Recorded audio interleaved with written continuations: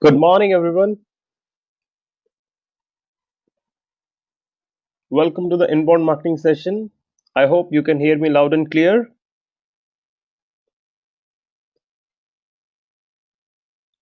All right, we have Aman, Ameya, Anamika, Feroz, Tahir. We have five participants. Good morning, everyone. I think I'm expecting few more participants. So let's wait for 1 or 2 more minutes for other participants to join.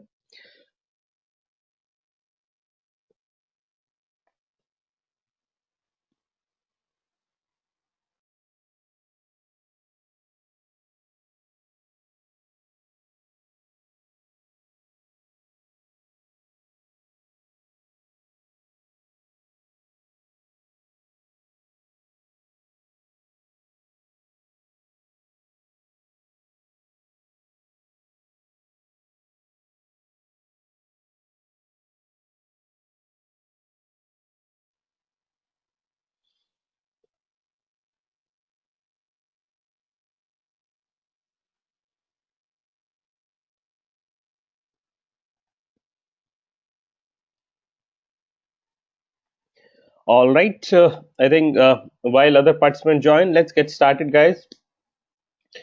Uh, a brief introduction about myself. My name is Manish, and I'm going to be your inbound marketing trainer. And as a part of inbound marketing session, we are going to have total four, as a part of inbound marketing batch. In fact, we are going to have 4 sessions. So today is our first session, as all of you know. And a brief introduction about myself. I have close to 14 years of work experience. Primarily, I have worked with IT companies, consulting companies in the area of marketing communication, branding, driving end-to-end digital marketing campaigns, lead generation campaigns, and of late, recently, I have also moved to consulting. So, where I give consulting to many companies in implementing marketing technology products, which includes content management, marketing automation, email marketing, and analytics components of those softwares. And in addition to that, my base location is London. So for you, it's 10 a.m. For me, it's 5:30 a.m. And in fact, I recently moved here about a year back. And I'm an MBA from KJ Somaya Institute of Management Studies and Research, Mumbai. I did my MBA way back in 2004. I'm a engineer, chemical engineer, and from Punjab Technical University, Jalandhar. So that's pretty much about me. Uh, uh, so I'm a kind of person who is interactive. So I would expect you guys to be interactive. Ask me as many as questions you have, and since we have a very limited group, we have only 7 participants so far. It's a very small group, right? So we can have a one-on-one conversation pretty easily. So typically in my batch we have I mean, we have close to 20 or 25 participants on an average, but this batch we have very few participants, so which is good in a way. So let's make the most of it. And I welcome you all to inbound marketing session, and I hope all of you make the most of it. So what I need from you is, guys, let's do a small intro from your side as well. So I want to know my participants, what's their background. So what I'm looking at is just two-liner introduction. What do you do, and what's your expectation from inbound marketing session? All right, what do you do and what's your expectation from the inbound marketing session? Please use your chat box, and I'm waiting for your inputs.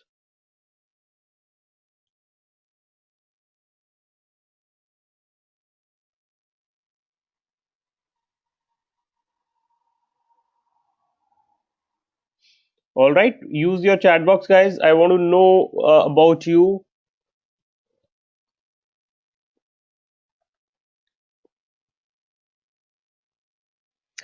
In fact, knowing my audience helps me to tailor my session. See, sometimes I've seen participants who are freshers, who are studying. So that way, I keep my session at a very, I start with a very elementary level and then kind of move to advanced topics, right? And sometimes I've seen experienced folks, and sometimes I've seen the mix is varied.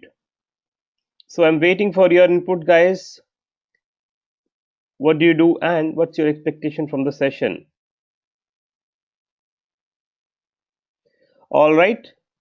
Just one two-liner. In fact, that's it. Okay. So, Aman, you are a part of traditional marketing. Okay, in a IT okay services organization. All right. So you're already part of marketing. Okay, which is good. Expectation is to understand the nuances of inbound marketing, what value add it can bring to the table, and how it can be integrated with other digital marketing channels. All right. So that's what my session is going to be all about. Good to know that. Nuances, how it can add value and how it integrates with the other channels. All right. Pallavi, you are earlier were Salesforce consultant. You are new to digital. All right. Salesforce consultant. Nice. Salesforce is now also big time into digital marketing. So they have done spree of acquisitions, including Exact Target and all right. We are doing MBA. Inbound marketing is important to learn for me as doing internship as inbound marketing agency called Nizvi. Oh, good to know Nizvi. All right. I've not heard of this company. All right. Good to know. Welcome to the session, Pallavi, and welcome to the session, Aman. All right. Let me move to another. Amaya, you're an MBA grad. You're working as an account manager, business development team.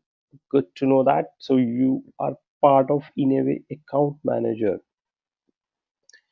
business development team. Yeah. So in fact, inbound marketing has a close working relationship, I would say, with the sales team as well. The way we generate leads, the way we pass on the leads to sales guys. So welcome to the session, Amaya. You don't know much about, so you hope to learn everything about inbound marketing. Okay, good to know that. Anamika, you're working in entertainment field as a creative campaign and social media executive. You have no idea about inbound marketing and you're keen to learn about it. All right. So you come from a creative and social media background, and that's what your role is currently. And if you look at it, the when you are in a creative field, in fact, inbound marketing will also be learning how to generate content which is creative, which is conducive from a viral perspective. So I think most of your skills will gonna come handy in the inbound marketing field. Nico, you head marketing for Pizza Hut in Oman. All right. Wow. You're holding a very senior profile. Good to know that. And your expectation is how inbound marketing can help me communicate better with my customers. All right. Good to know that. And welcome to the inbound marketing session. I'm sure, Nico, as a part of marketing for Oman, you will be using already some digital marketing channels. Tahir, you are a sales and business development, yeah, okay, into with 8 years of experience. You want to learn how inbound marketing can add value in digital marketing. All right, so you are into sales and you want to learn how it can add value in digital marketing. All right, welcome to the session. Uh, Firoz, you are from Kerala. You are a legal professional. I think inbound marketing is going to be very useful for my field. All right, yeah, that's pretty interesting. In fact. You have this feeling and you think going forward uh, you are envisaging a future where inbound marketing would be useful in the legal field advice. Absolutely. Inbound marketing has applicability regardless of the field. So definitely it makes sense. So, and I agree with your thoughts, Shiroz. All right. Anyone who is not introduced, please do so.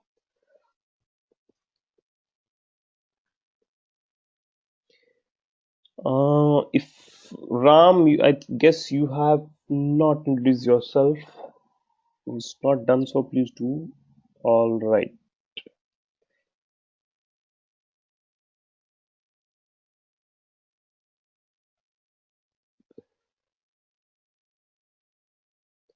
All right. I would call it here inbound marketing because it's not digital marketing. Give me 1 second, guys.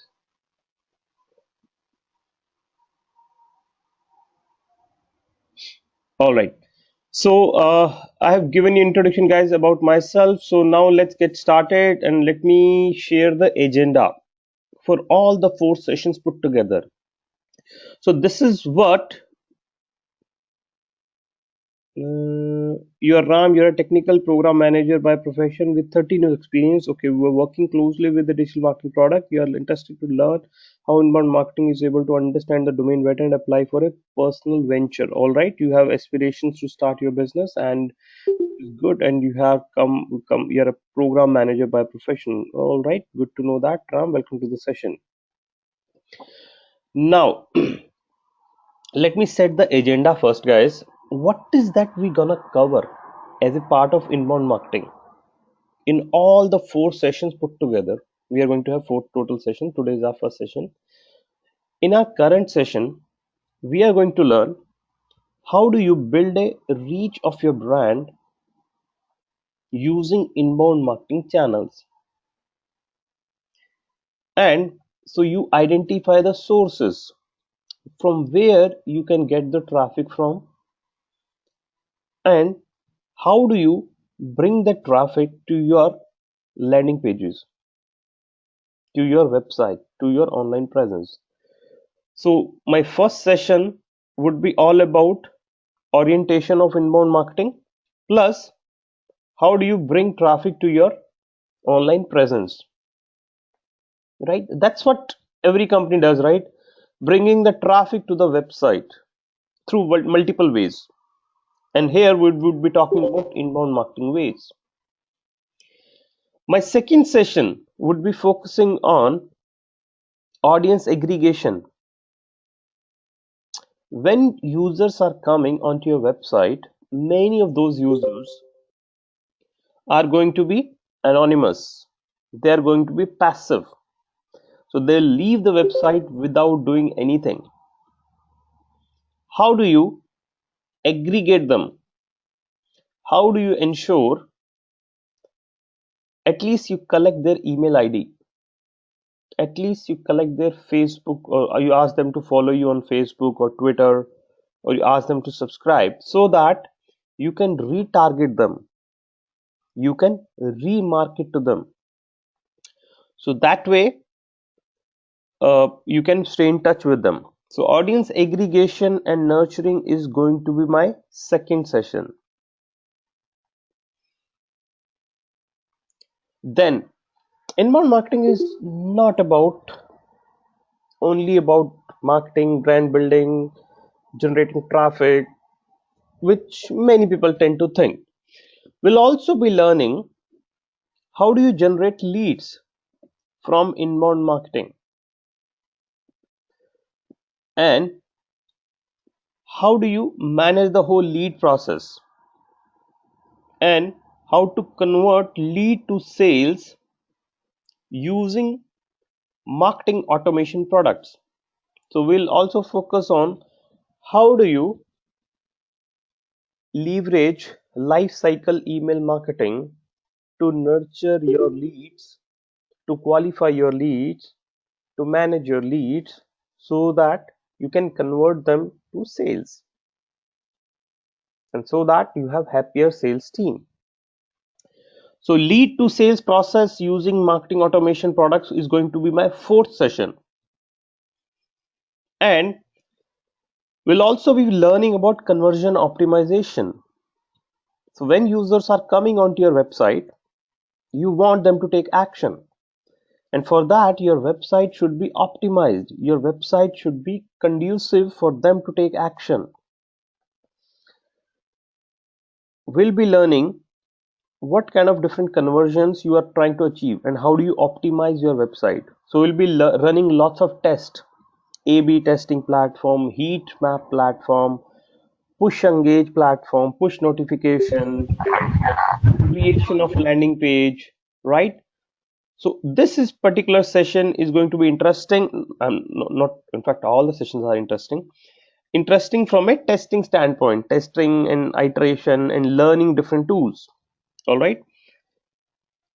And finally, anything and everything we do in inbound marketing, it is analytics led. So we will be continuously monitoring what we are doing, and based upon the learning, we'll be doing course correction. So what works, what doesn't work, and what doesn't work, we'll see why it is not working, and we'll take back the learning to the next campaigns, right? So guys, that's the inbound marketing framework which we'll be following as a part of inbound marketing session. Building a reach of your brand, audience aggregation, conversion optimization, and lead to sales process, right? High level overview. This is what we're gonna cover. And as far as agenda is concerned, so this is the agenda for our current session. So today's session, it's a very light session. When I say light session, you will not be learning any tools, heavy tools or platforms. So platforms learning would be there from a third session onward. So I just want to keep the expectation very clear. Today's session is all about orientation, where I'll be taking you through nuances of inbound marketing, because many people still are confused what is inbound marketing, how different it is from outbound marketing, right? So we'll be learning what is inbound marketing, what are the phases of inbound marketing, and how different companies are using inbound marketing to best of their advantage. And we'll also be learning what are the engagement magnets and how do you do inbound marketing for a company. So we'll do one live assignment, and I'll be also taking you through assessment questionnaire, the kind of question you should be asking when you're doing inbound marketing implementation. And at the end, you will have to complete one assignment, which I'll tell you how to go about it.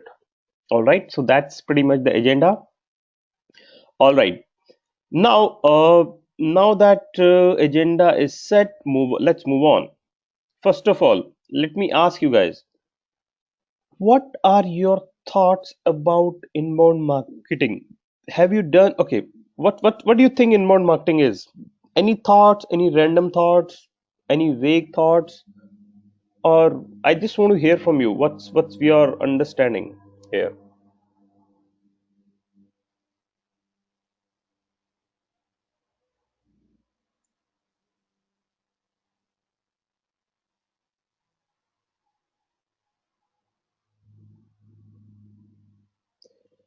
All right, Arun Kash, as I understand, content marketing. All right, that's a good thing. Content marketing. Anurag, you said no idea, no problem. Firoz, understand attracting customer, Nico. All right. Mm-hmm. Attracting customer. Giving information and attract, Firoz. That's also a nice thing. Attracting customer, which is fine, Nico. All right, guys. Any other thought? Different methods used to attract audience to get onto the website. Pull marketing. All right, it's a pull marketing. Yes, definitely, it's a pull marketing rather than push marketing.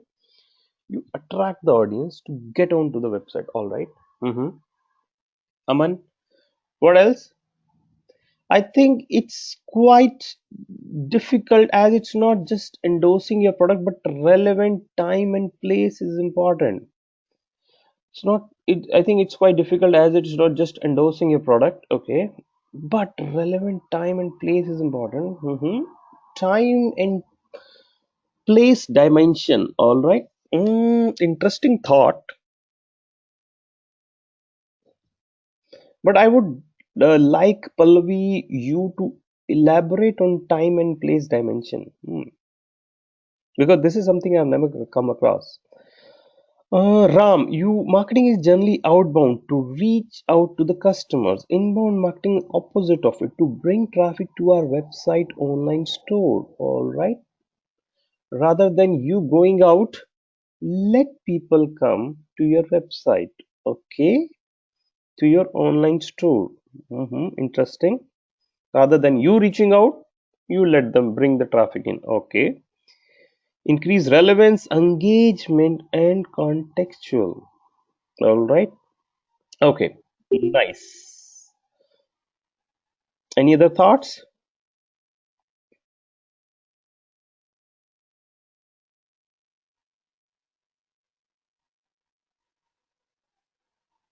All right. Let me give you one simple analogy here, and then it would make really sense to all of you. Let's say I call each one of you to my home, and while we're having coffee in the garden next to my home, lots of mosquitoes they start bugging us, and we want to get rid of those mosquitoes. So what do? I give you a net, and you go after each and every mosquito trying to catch it. And since you're trying to catch the mosquitoes against their will, they'll come out of the net. So you are going after each and every mosquito. The other approach is I give you a bug zapper. I put a bug zapper there, and all the mosquitoes are automatically attracted towards it. And in a process, they get killed. Which approach do you think, guys, makes sense? Going after each and every mosquito trying to catch, or bug zapper? Bug zapper, right? So the same analogy applies here as far as inbound marketing is concerned. So in inbound marketing, right, you are implementing bug zapper. So you create beautiful content, relevant, contextual, and helpful content that your audience is automatically attracted towards you. You are not going after them. Your job is to be found by them. Your job as a inbound marketer is to be found by people. Here, in the first scenario, outbound marketing, you are going after your audience. You are trying to catch their attention. You are pushing your message. Oh, why don't you look at our message? You want to expose your message, and you go after each and every many individual, right? Now that's a difference at a very high level. Now let's dig deep into this particular aspect. Okay. Let me give me 1 second.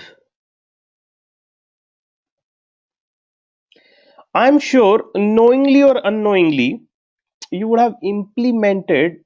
I mean, those who are into marketing, you would have implemented some part of inbound marketing, because as I told you, right, inbound marketing. Yeah, obviously, content has a major role to play, but at the same time, I've seen.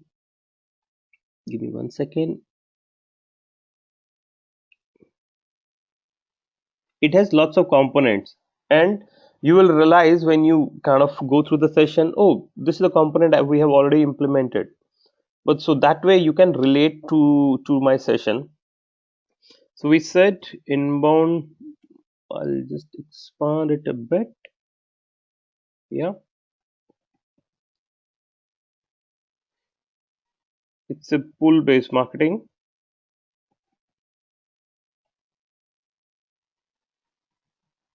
and you create beautiful content,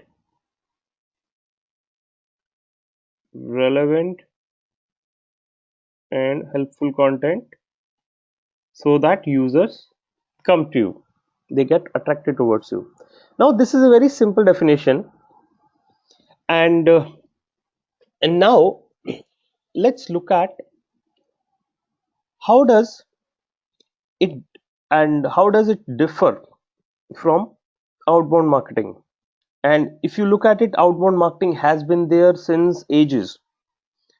Your TV, radio, billboard, display ads, all these things have been there for a display ads. I would say still for a limited, but all traditional method have always been there. But inbound marketing as a concept and as a term also came into picture only about 8 years back, when in fact this is a term which was given or which was coined by a company called HubSpot.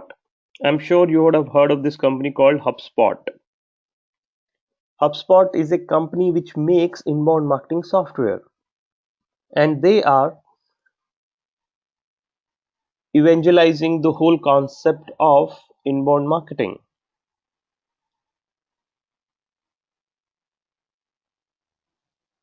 Have you heard of this term called inbound HubSpot, guys? Have you heard of this company called HubSpot?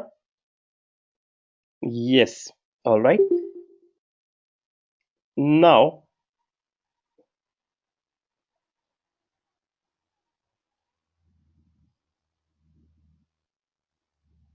let's first understand what I'm trying to convey. So, here in outbound marketing, what do you do? Right? First of all,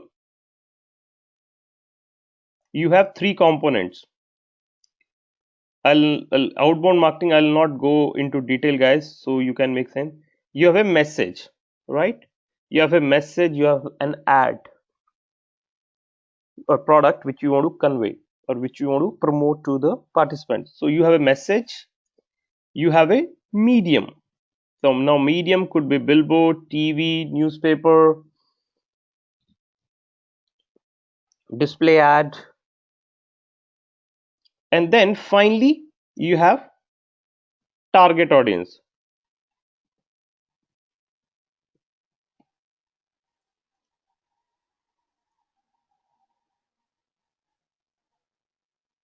All right.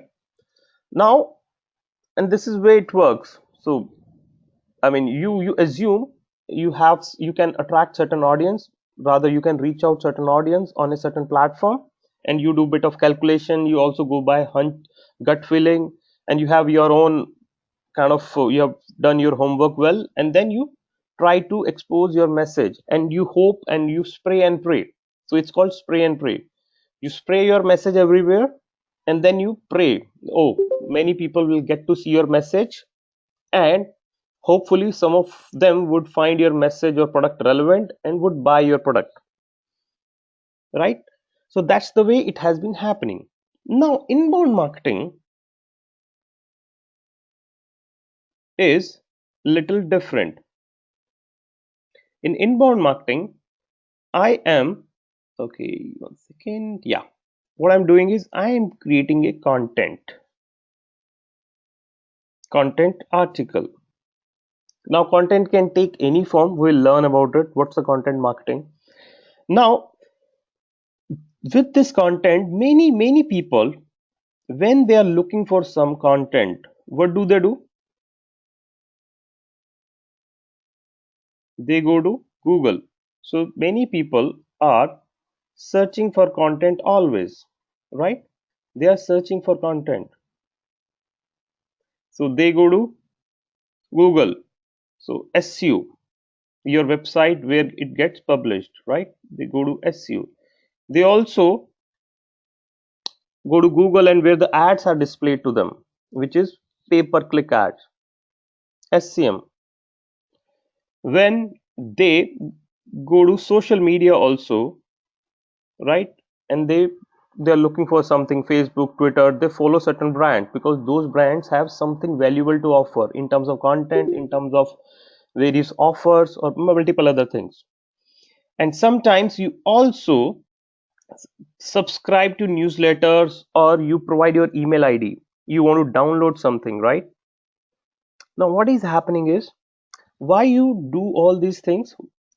Because the content is strong. So all these channels, so if you look at it, I'm just drawing a very rough diagram for you to understand it. Right? So from the sheer power of content, you are attracting your audience through multiple channels, right? So that's the primary difference between inbound and outbound.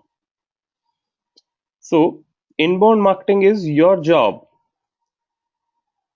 is to be found by your audience who are looking for, who are actively searching for something. You don't have to find the customer in a way directly. It's like Apple as a brand. All of us know Apple, which is an iconic brand. What's the Apple strategy? They say, guys, we don't sell our product. We help people buy our product. We make our product so beautiful, so amazing that people are automatically attracted towards it. So that's the philosophy we will be implementing in inbound marketing.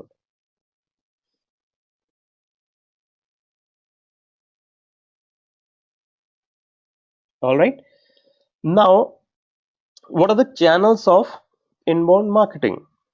So, channels of inbound marketing is, as I told you, was SEO. So you optimize your website so that your ranking in the Google search results goes up. SEO is one of the channels of inbound marketing. Then you have SEM, search engine marketing.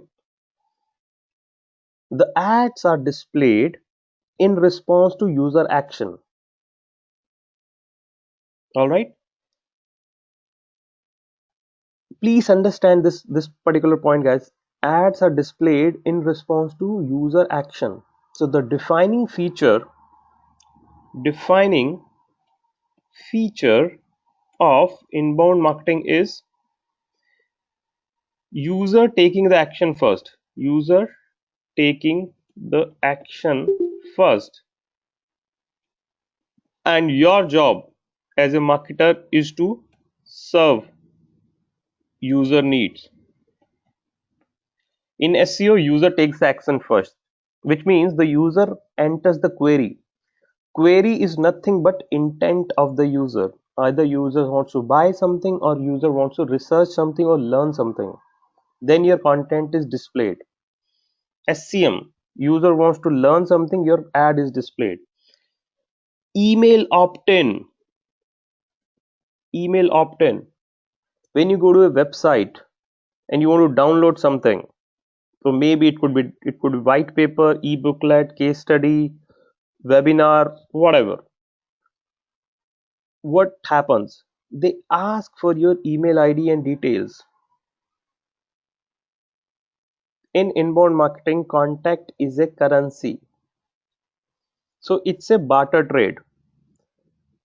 You provide your details, you provide your email ID, you provide your consent also. Consent is important. That's called the whole concept of opt-in is important. Opt-in is nothing but consent-based marketing.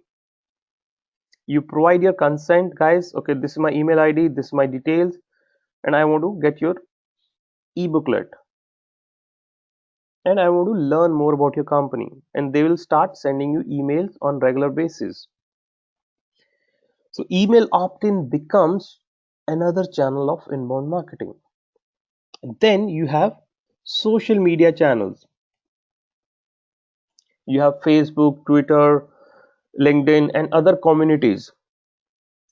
And you wherever you like Facebook or you follow certain brand on Twitter, it's very similar to opt-in,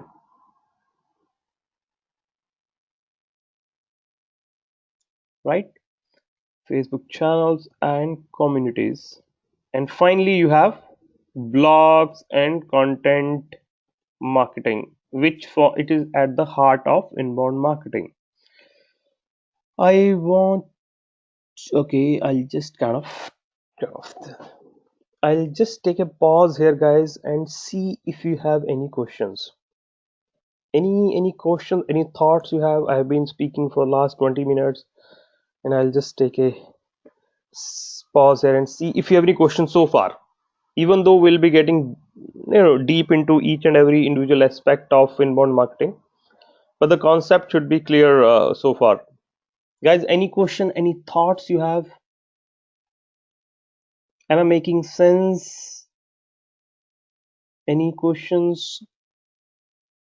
Yes. Any questions, first of all? Any questions, guys?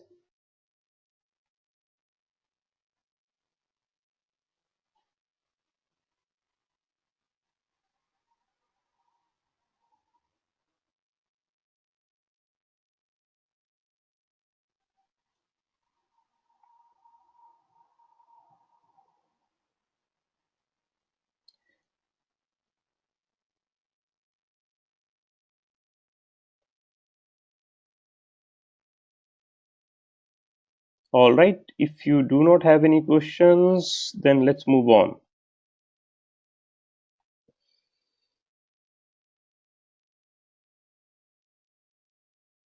All right.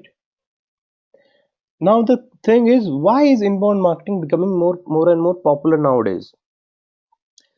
First and foremost, the outbound marketing is becoming more and more effective, less and less effective, and it is becoming more expensive, outbound marketing, because as a user, we all are bombarded with messages every day. We get lots of calls, emails, spam emails. We are exposed to lots of marketing messages. As a result of it, we stop paying attention, and marketers have to now spend extra to gain our attention. And we are also using lots of ad blocking softwares. We run through the ads, so it is becoming little slowly, it is becoming ineffective. And the second reason is the role of a customer in the whole buying process is changing. Let's look at this buying funnel. All of you are aware of this buying funnel, but which is nothing but a psychological stages. All of us go through these stages before we have to buy a product. First, we become aware of a product, then we start considering few options, then we start preferring one brand over the another, we take action, and finally we become loyal and advocate of that brand. In the earlier era, brands were in control. Brands were, they used to get their message exposed through TV, radio, billboards, and then finally we used to buy the product through in-store purchase. Now the whole dimension, the whole landscape has changed. Even though the buying funnel is the same, we as a users are more in control, which means we do our own research, we do our own buying journey. So we look through, we go to search engine, we read blogs, we read user reviews on YouTube, and we go to lots of community sites to find helpful tips. We don't trust the brand advertisements, we trust the reviews content, right? So that has been happening for a while, and when the time is right, we end up buying a product where we get maximum discount, and finally we, if the experience is good, we like the brand on Facebook, and finally we write positive reviews. Now if you look at it here, you are doing the same things. Now put yourself into the shoes of customers. You have a company, you have an organization. Now put yourself into the shoes of your company. Put yourself into the customers, your customers are also doing the same thing. Are you present on search channels? If you are not, then you are missing the boat. Are you present on blogs? Are you present on YouTube videos? Are you present on user review sites, blogging sites? If you are not, potentially you are losing lots of audience. And that's what inbound marketing is: how to create content and how to be present on all these inbound marketing channels. Because your user journey, the customer journey, does not depend upon the the organization. The customers are more in control. So there was one, I can zoom. No, I can't zoom. It's already in the PowerPoint mode actually, Saurabh. I don't think I can any zoom any further.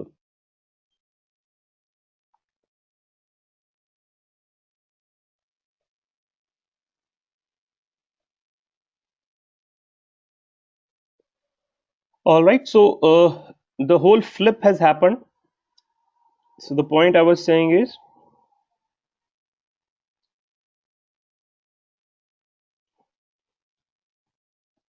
you have 70%.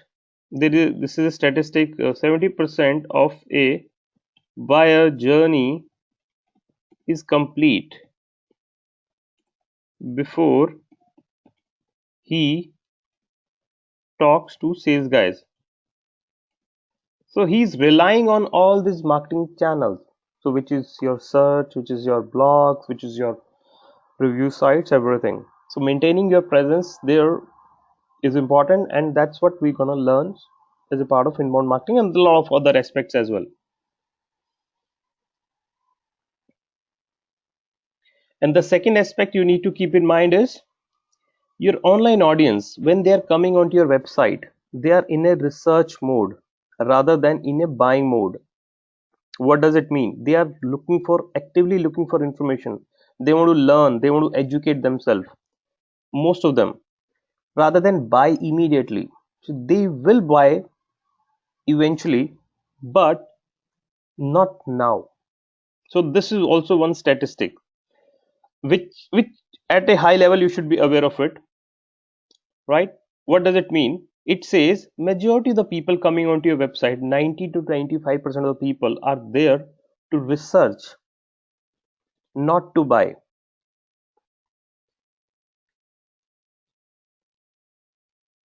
But eventually they will buy either from you or from competitors. So if you don't give them content what they are looking for, the content can be in terms of article, case studies, booklet, lots of things. If you don't give them the content, they will move to competitors, right? Now we have discussed content, right? So what is content and how does it apply to inbound marketing? So what is the content, guys? Any thoughts? What is content in your definition? What is content? What is content?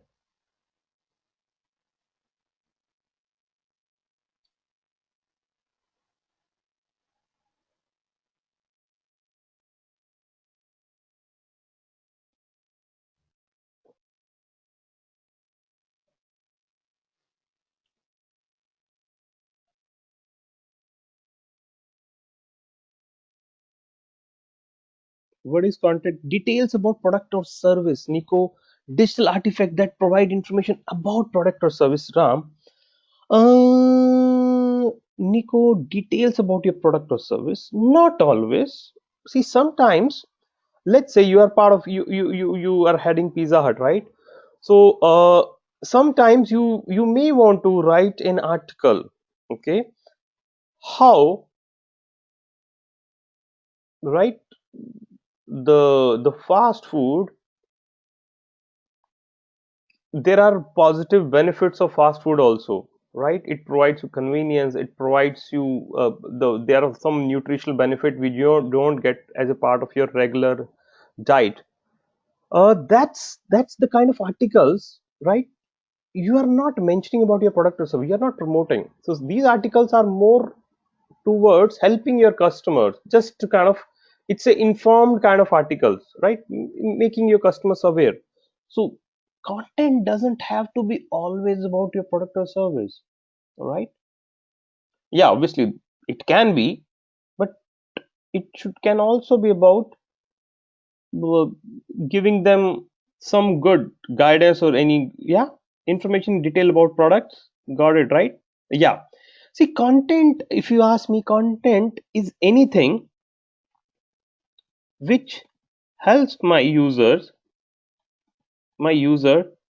take a informed buying decision, right? That's the formal definition. I have to help my user take a informed buying decision.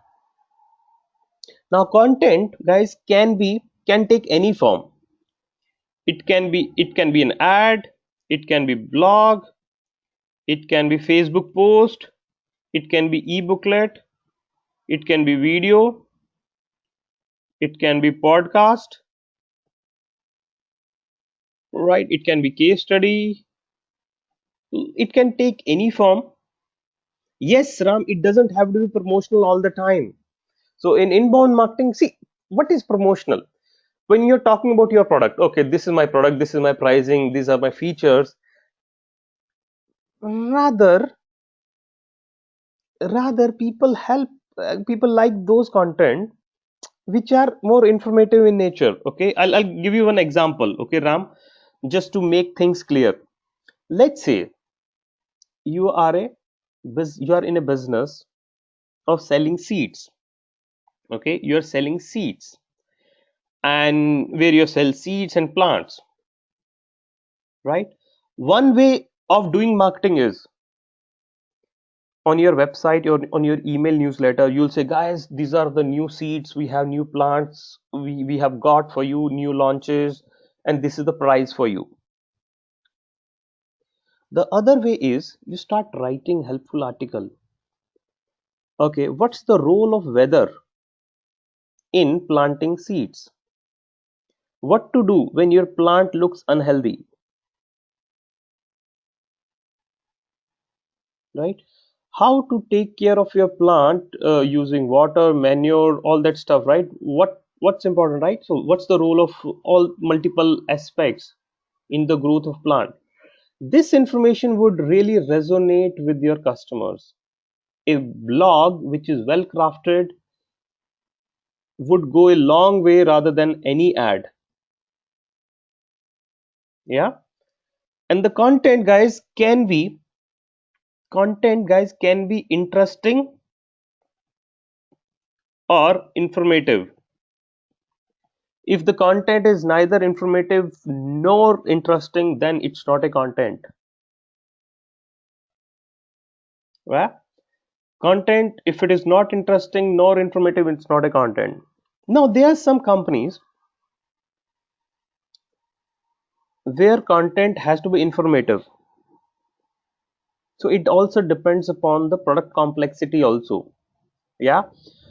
If your product is very complex, then the product has to be informative. Industrial companies, that's what I had one person from legal profession also, right? So your legal as a profession is a very specific domain specific.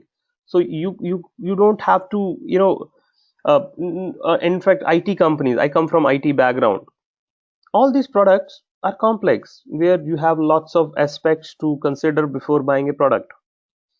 There the role of inbound marketing is to educate a customer, while in B2C space, which is in B2 space, you are selling, let's say, deodorants, or you're selling toothpaste.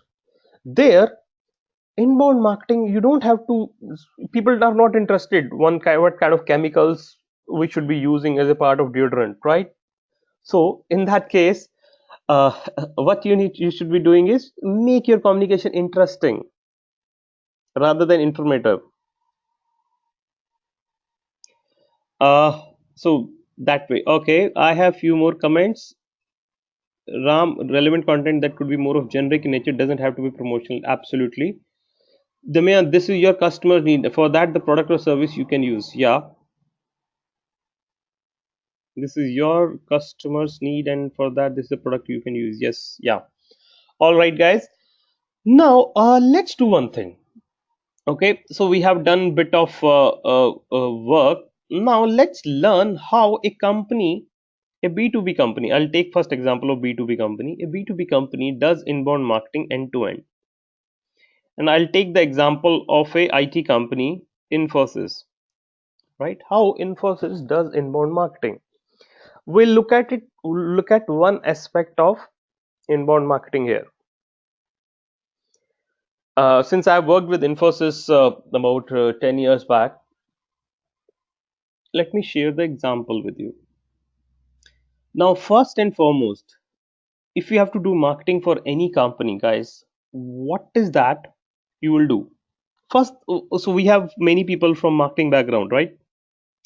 What's the first thing you look at when you have to do marketing?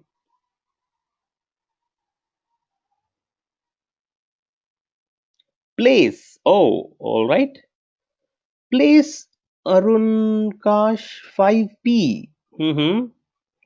And which P should take priority? Who my consumers are? Absolutely, Nico. Who my consumers are? Obviously, you need to know the objective. What is that you're trying to achieve? But I need to know who is my target audience, and your target audience are nothing but your buyer persona, right? Who are your customers are, whom you want to target. Rest of the things will follow. Now, in case of Infosys, guys, what are their target customers?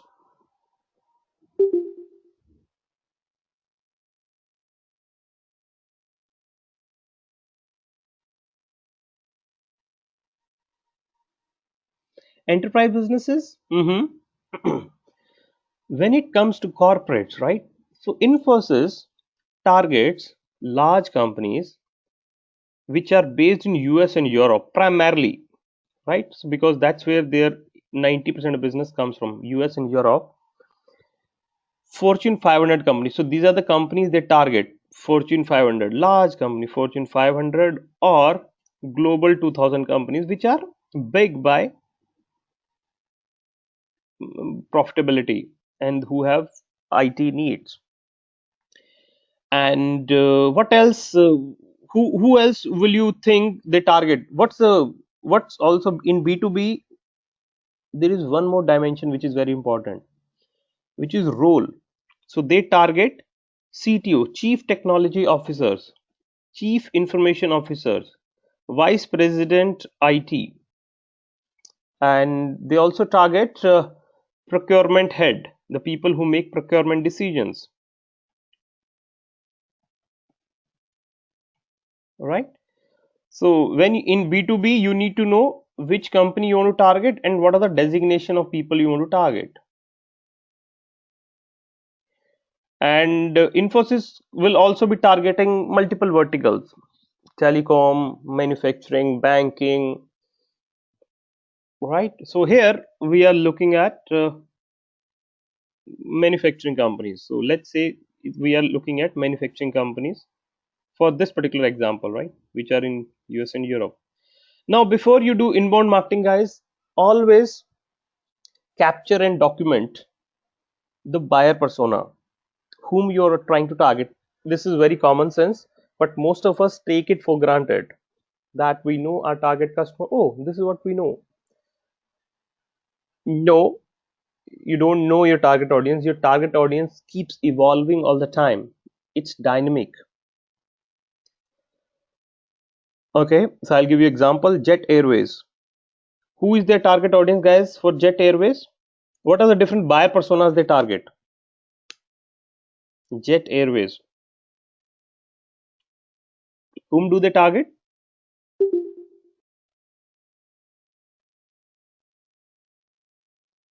Leisure. So in case of Jet Airways, guys, they can have multiple buyer personas. They can have business people, the people who want early morning flight, late night return flight, people who are travelers, who want to explore new destination, who want to go to untapped locations.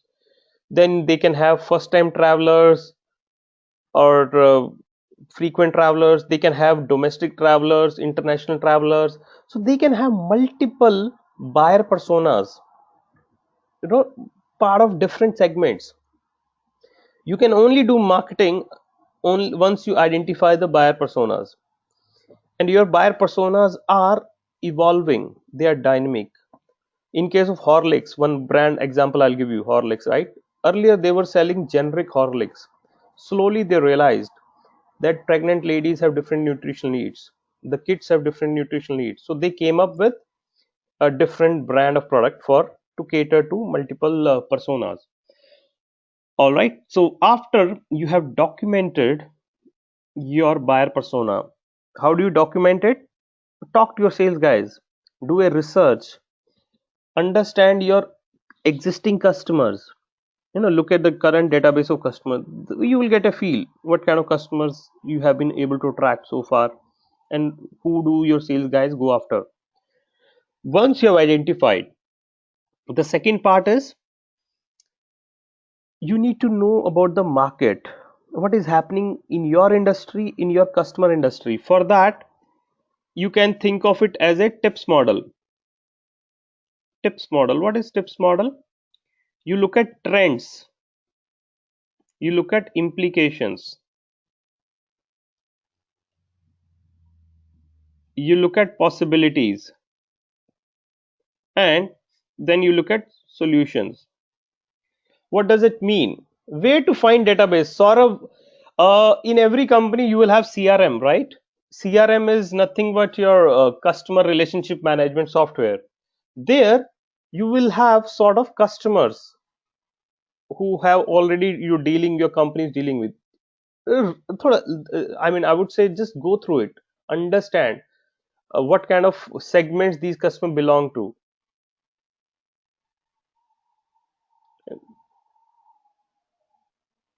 Yeah. When it comes to tips model, you can't create content in vacuum, right? Before that, you have to do bit of due diligence.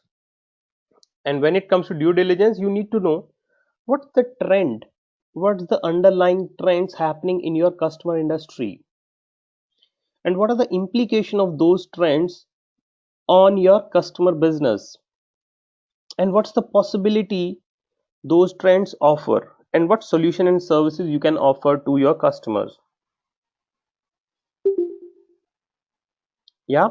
So every industry is undergoing lots of changes, and every industry is subject to transformation, and after digital has come into picture, lots of industries are being transformed. Traditional models are being disrupted big time. Now, in case of manufacturing companies,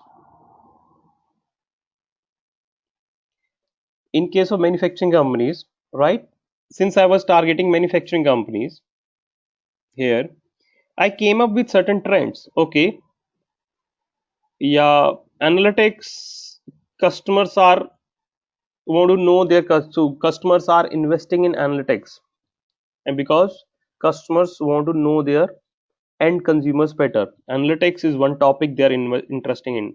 Investing in big data, they are investing in, and procurement optimization, they want to optimize their processes, right? So these are the high level topic which, yeah, so which my customers are interested in. So my customers are interested in these topics. So I got to know after doing some bit of research, looking at the trends and implication. So my customers are interested in these kind of topics. Anu, I'll take your example at the end of this particular thing. Okay. Now after I have identified this content categories, right? Now what is that I need to do? I should be creating a content.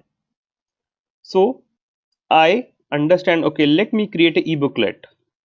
I'll create a e-booklet with a topic called 10 considerations before investing in analytics solution. So I'm sure this particular e-booklet my customers will find interesting and valuable. So I create a e-booklet. How will you create e-booklet? There is a process behind it. The products which are complex in nature, marketing people will not have clue about creating content there. So you need to identify domain expert in your company, the people who have knowledge about certain area, who are domain expert, who are subject matter experts. So while I was with Infosys, I used to talk to my solutions team, process team. Okay, guys, and I used to take this proposition to them. Guys, we want to create a e-booklet, and this is the topic we have more or less finalized. Would you want to contribute to this topic? So this is the template, and we just want a raw content from you. So the subject matter expert will give a raw content, and as a marketer, your job would be to work with the content team, to work with the design team, to finally create a e-booklet. And you may have internal content writers, or you can take help of external agency in this case. So because you need ultimately the content writing as well as design aspect also. So after you have created e-booklet, you will do three things. You will publish it on your website, and you have published your e-booklet on, I'll publish this e-booklet on Infosys website. And finally, now that I have published this book, people are not gonna come. I'll have to promote my e-booklet. Now the second part is content promotional part. So I'll promote this e-booklet through SEO, through SCM, through social media, and through my blog also. And I'll also ask my salespeople, guys, send this e-booklet to your customer base. Right now, once I promoted this e-booklet, users will start coming to my landing page. Yeah, the last part is, when users are coming, I have put this e-booklet behind a registration page. I realized the fact that this e-booklet is a premium e-booklet, and users would not mind giving their details. They would not mind filling up a form to download this e-booklet. Now, this is called gated content, guys. Gated content. The content which is you have gated, you have put it behind the registration page. Now, I run this campaign for 3 months. After 3 months, I generate 100 contacts. Okay, 100 folks have downloaded this e-booklet, and I have generated their contacts. Okay, now tell me, how many of you how many of you think these 100 contacts are my leads? How many of you think these 100 contacts are my leads?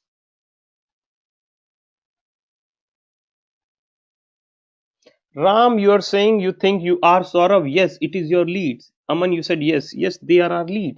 Yes, I think all of them. Oh, okay, good.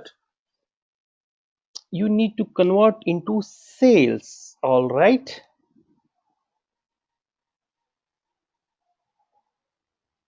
Hmm. Guys, no, these are not my leads. These are the contacts, just contacts. They are not even qualified contacts. First of all, I need to qualify them. Now out of this 100 contact, now some may be student who would have downloaded the e-booklet, some would be fresher, but whom I am targeting? I am targeting these people. Yeah, I don't want to sell my product or service to any student. So I will qualify these 100 contacts. I'll filter these contacts against my audience criteria. And once I do that, let's say I generated 30 contacts. Okay, after I filtered it, you can filtering, right? You can apply Excel sheet, you can apply filter. I generate 30 qualified contacts. Guys, now tell me, are these my leads?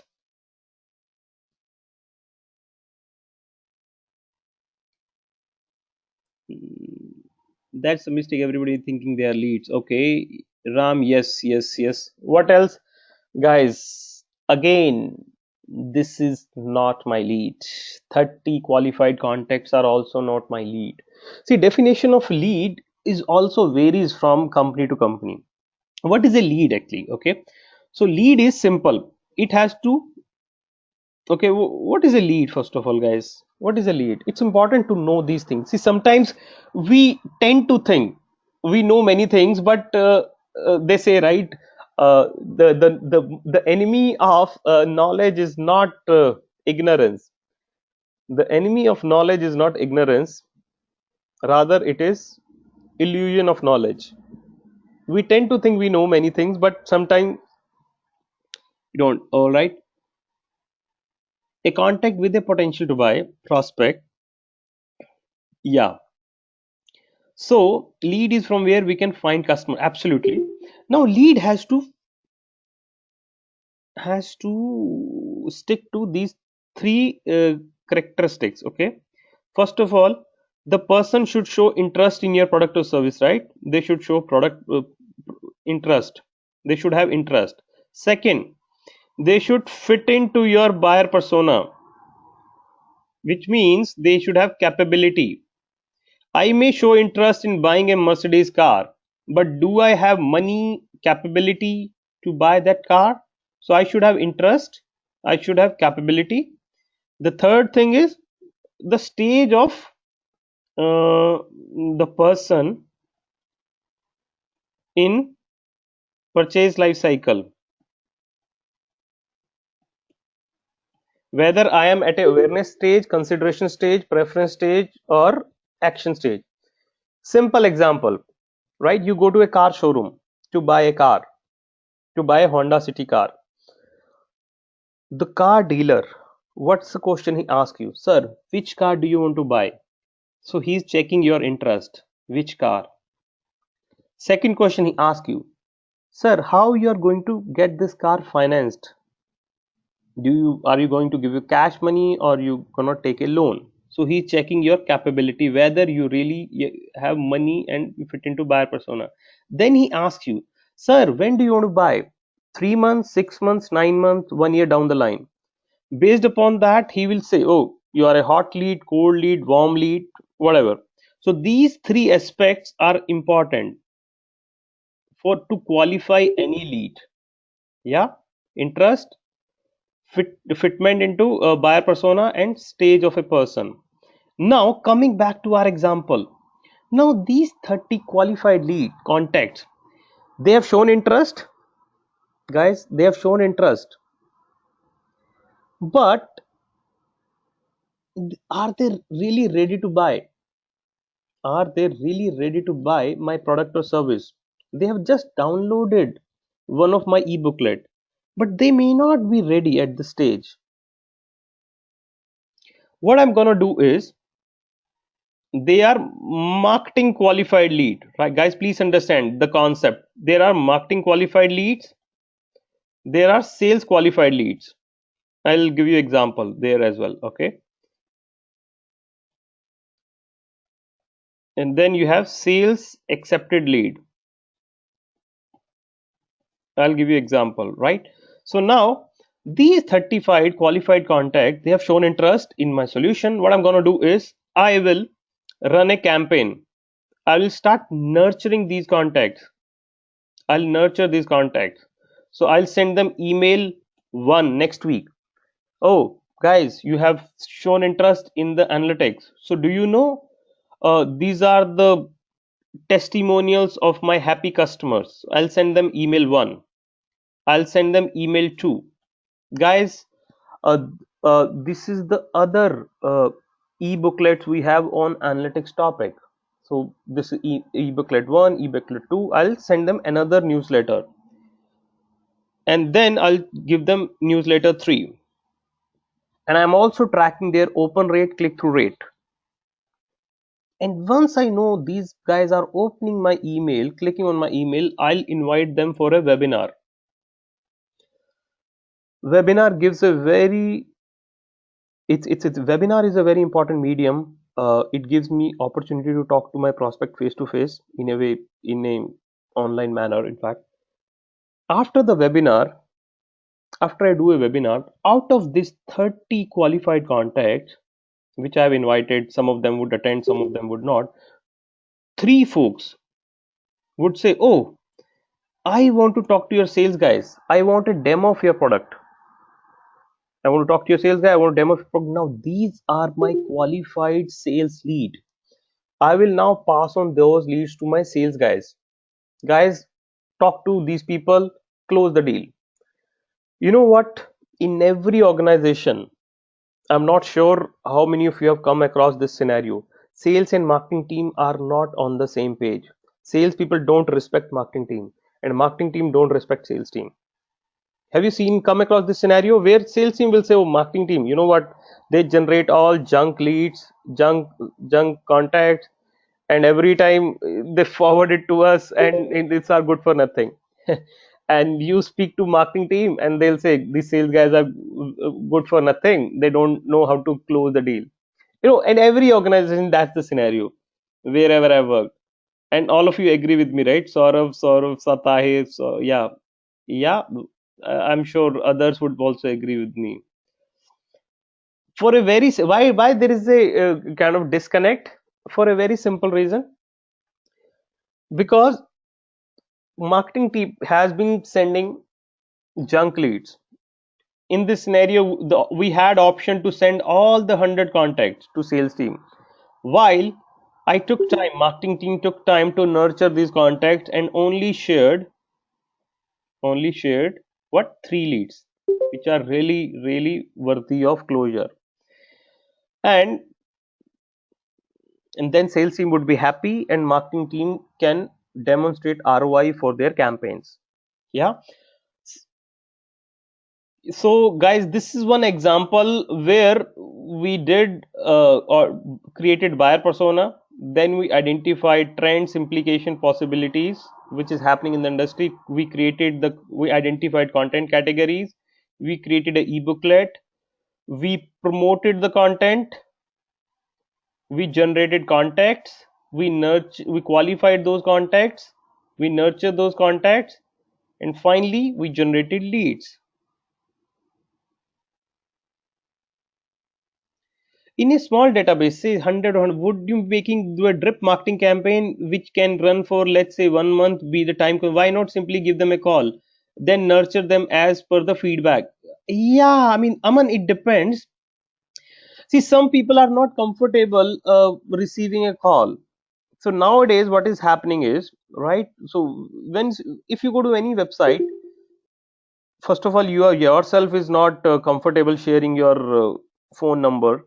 You are comfortable sharing a mobile, rather email ID than phone number. So you don't expect a call. Now the second thing is, if if the customer, you can enable this particular tab for users. Okay, do you want our salespeople to call you? So if the user clicks on the checkbox, yes, then you can call them. See, it's a consent based marketing. Don't contact people if they have not given you. So you can say, guys, do you expect a call from us? Do you want to talk? Do you want our sales guys to contact you? Then obviously your point makes sense. And Aman, one more thing is this particular thing. Yeah. See, many times, yeah. See, sales people, you know what? They don't. They only want. They're short sighted in nature. Most of the sales guys, because they run after quarterly numbers. So the deal which is not hot, which is not ready to close this quarter, salespeople tend to ignore it. Yeah. Okay. So I'll look at few of your other questions as well.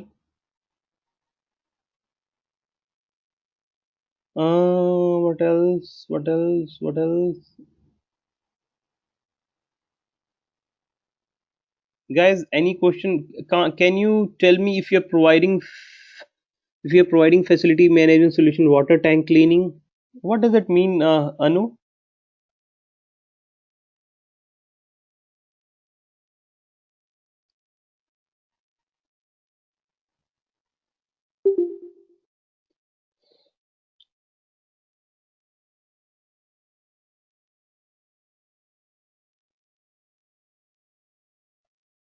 Yes, Saurabh, please go ahead. Shoot your question. Anu, what was your question?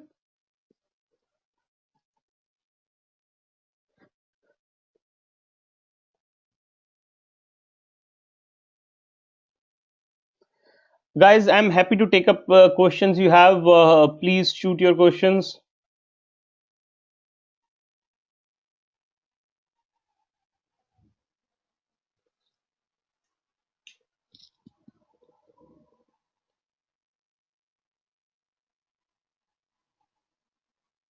No, no, no, no. Saurav, there are a lot of other campaigns.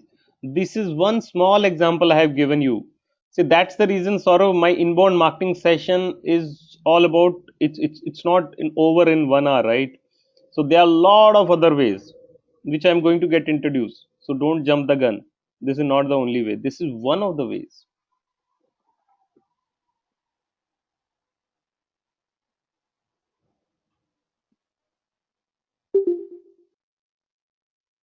All right. Guys, let's take a break now and come back.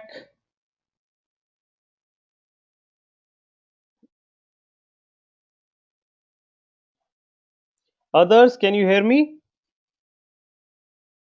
Others, can you hear me? Anamika, you can't hear me. Others can hear me. Guys, let's take a break and come back. Once you come back, let me know if you have any questions. Break time.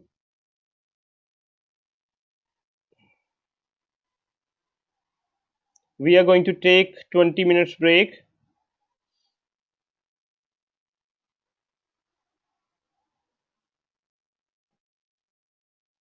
All right. Once we come back, we have lots of other things to cover as well. All right. Yeah. Thank you, guys.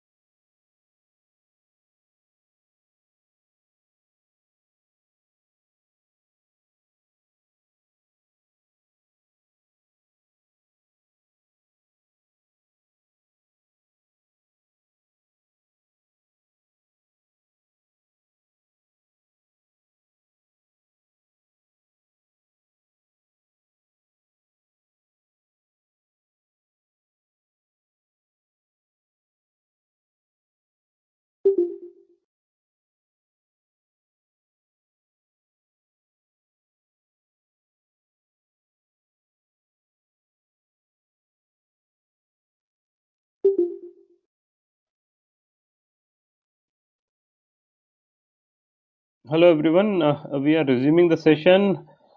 Please confirm if you're back.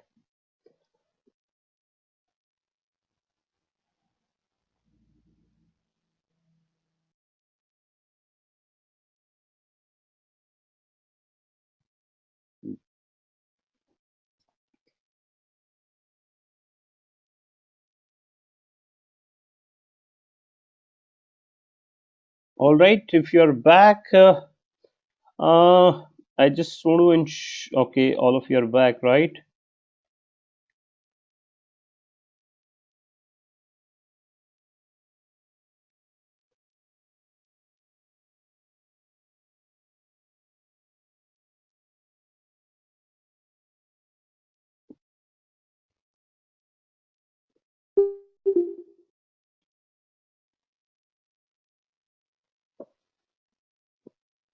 I guess we have two participants who left. Maybe they might join back.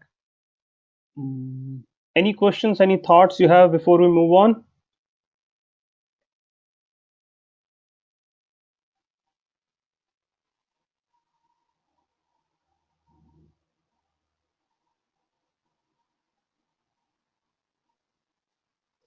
All right.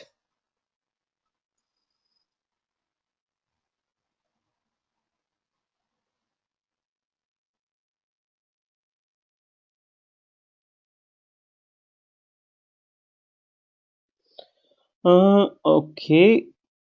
Just a question. Okay, we have a question from Aman. So qualified leads are prospects. So now when we are running the drip marketing campaign with the user who had filled in the sign up form, what stage is it? Pre-lead? Absolutely. It's a pre-lead. Yes. So before we were running, so it was a qualified contact. It was not a lead. So there is a difference between contact as a lead. Contact is that just contact detail of a person who has shown interest, but is he ready to buy? What's his stage? So once he qualifies all these three stages, then he becomes a lead, right? So to yes, your point is valid. It's a pre-lead or just a contact. But there are many companies, absolutely, contact, lead, qualified lead, yes. Rather, I would put it this way: contact, qualified contact, then lead, and then qualified lead.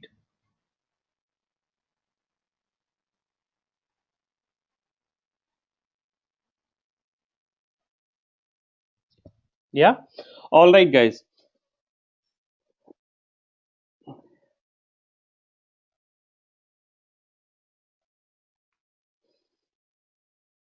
Now, what I'm gonna do is I'm taking you through one questionnaire now. Now, this questionnaire is very important from a consulting standpoint. So, if someone tells you, guys, go ahead, do a consulting for any company, as far as inbound marketing is concerned. So, when you have to do consulting, right, you have to ask the right questions. Unless you ask the right questions, you will not get the right answers. So, this particular assessment sheet is going to help you in your assessment efforts. Yeah. So what this sheet consists of, it has high level questions which will guide your thinking, which will guide your discovery process. Yeah. The first question is, you need to know what are the customer is trying to achieve when the customer is implementing inbound marketing, or you are doing assessment. What's the key priorities of the company? Is it new customer acquisition, customer retention or mining, reduce cost of marketing operation, enter new geographies, or launch new products? What is that company trying to achieve? Whether they want to acquire new user or retain their existing users, right? Then you need to know what is the mix of traditional and digital marketing spend. How much they are spending on traditional, how much they are spending on digital marketing. What is the growth rate of annual budget allocation to traditional versus digital marketing spend? How much budget growth rate is happening in traditional versus digital marketing channel? The traditional channel is still very strong, but as far as growth rate is concerned, digital channels takes the pie. Then how important is inbound marketing to their overall marketing strategy? Is it a critical component or is it not a critical component?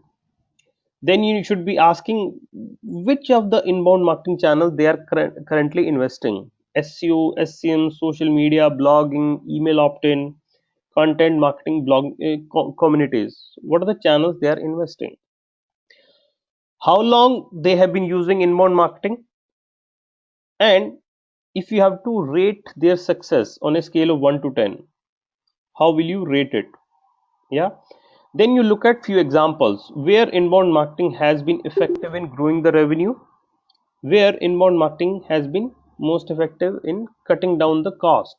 So ultimately you grow the revenue, at the same time you cut down the cost. What are the three business objectives which is driving their marketing strategy? Either they want to generate more leads or they want to reduce cost per lead. This is very important also. You want to generate lead, at the same time your cost per lead should also be low, and you want to generate more revenue through more traffic. The question number 11, 12, 13, 14 talks about what is working well. It's all about SWOT analysis. MBAs, right? You will know strength, weakness, opportunity, threat. What are my strengths? What's working well? What's not working well? What's the opportunity? What are the threats I'm having to in for my company from inbound marketing standpoint? Is inbound marketing centralized within the company or decentralized function? So sometimes when the this function is centralized, you will have one department sending all the communication, or if it is decentralized, different brands they will have different inbound marketing teams. You should be knowing it. And then you should know, do they have they identified content writers or bloggers in their company, and how often they are publishing content. Now my question coming to you guys, how many of you do you blog, guys? Are you into blogging? Uh, how many of you have blogged in the past, or maybe formal, informal capacity?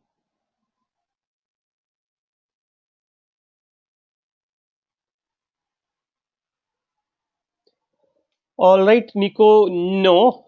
Anu, you have. All right. Tahir, you have just started. Okay. Guys, others who are not responding, all of you guys, yes or no, I expect from each one of you. Your energy translates into my energy. So it has straight rub off effect. Aman, you have. Okay. You have just started, Arunaksh. Okay. Anamika, no. All right. See, I would strongly recommend you guys get started with blogging. It's a very simple way to get started if you want to learn inbound marketing.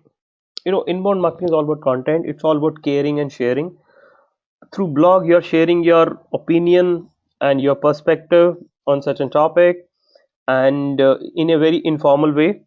And there are a lot of platforms which you can use. LinkedIn nowadays people use for sharing their thoughts. And once you start blogging, you will also start nuances of blogging. What content resonates with the users, whether they like it, share it, track back, and you'll also know what times of the time, what times people are gonna like it, what times people don't gonna like it. And most of us also tend to think that blogging is for you know intellectual people who are in a leadership positions and seniors. No, blogging is for anybody,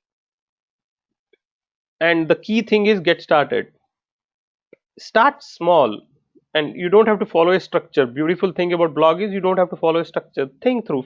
It's a free flow thought of your kind of information. uh, and there are multiple ways, in fact, as far as blogging is concerned. You can either do blogging in your individual capacity, go to LinkedIn and start sharing, or you can blog in the capacity of a company spokesperson. You can set up a blog for your company where you can bring lots of other bloggers also. So as a marketer, right? Marketer job is to package the thought leadership of a company. So you identify the other bloggers, other subject matter experts in the company, and you run the blogging initiative. The people who gonna contribute to the blogging initiative on a regular basis.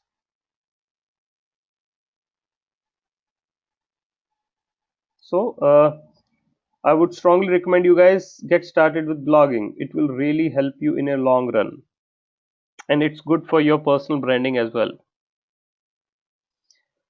Now coming back to our assessment sheet, do you have you identified bloggers in the company who will be blogging? And if you are blogging, how often are they publishing content on these channels? Email, Facebook, Twitter, blog. And then do you have you identified buyer personas for your target segments?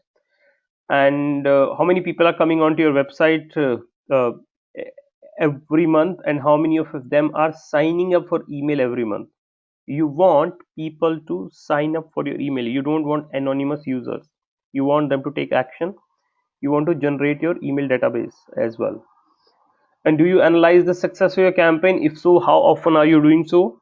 And how do you rate the success of these channels based upon the results delivered? SEO versus SCM versus social media versus blogging versus email opt-in. Question number 25 talks about, if there is a hypothetical budget cut situation, where would you reduce the channel spending? Would you reduce it in on SEO or SCM? Question number 26 talks about, do you have content calendar in place and content writers in place who are going to give you content? Uh, Content calendar is a very important aspect of any marketing professional, where you track what content you're gonna generate, what time you're gonna publish it, who is going to give you the content, where you keep a tab on all these activities. You should also be tracking what is the conversion rate on your website, how many leads to visitors, how many visitors are coming and they are converting into leads. Are you happy with the conversion rate? Yes or no? Question number 29 talks about engagement magnet, which I'll be covering in a while, another half an hour. What are the engagement magnet you are using to convert visitors to contact or leads? Maybe e-booklet, discount, free trial consulting, or others, right? So these are set of about 29 questions, guys, which I will be sharing with all of you. Uh, Not me, in fact, you will get it from Kanchi, who is the course coordinator. So you will get it by tomorrow or by Monday. You don't have to do anything.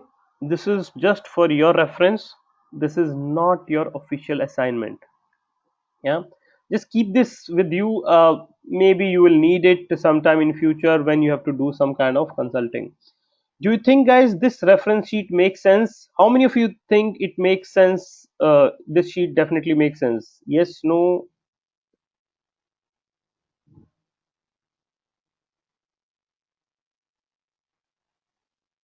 Yes, right? It makes sense, right? All right.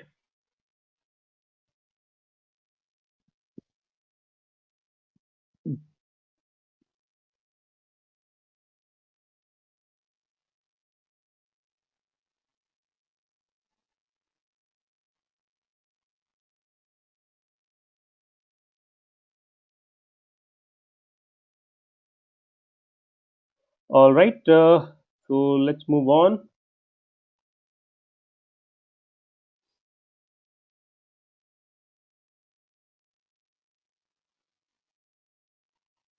Mm,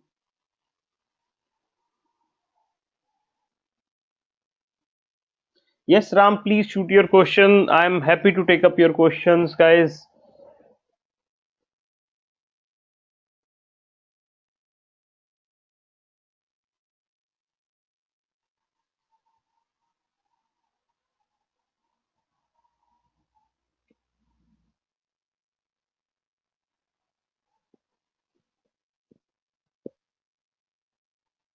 Shoot your question straight away rather than making me wait, Ram, because other participants are also waiting.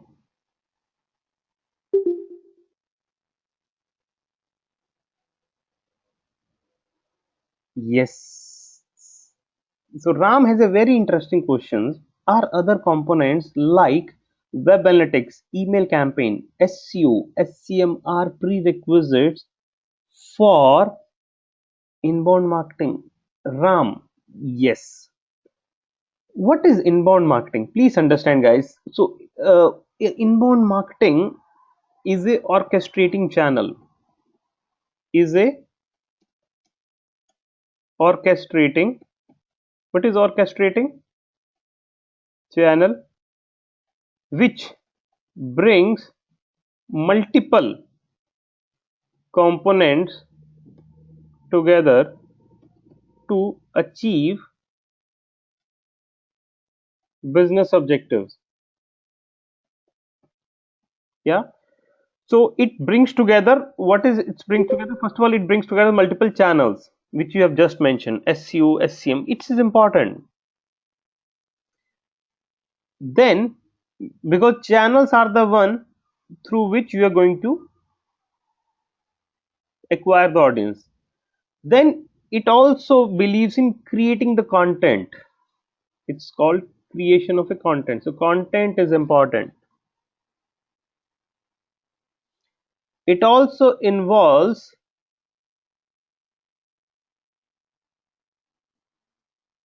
the leads part. Then you generate leads, and at the end you are, every time you are analyzing your campaign also. So ultimately these three things have to be part of inbound marketing for it to be success.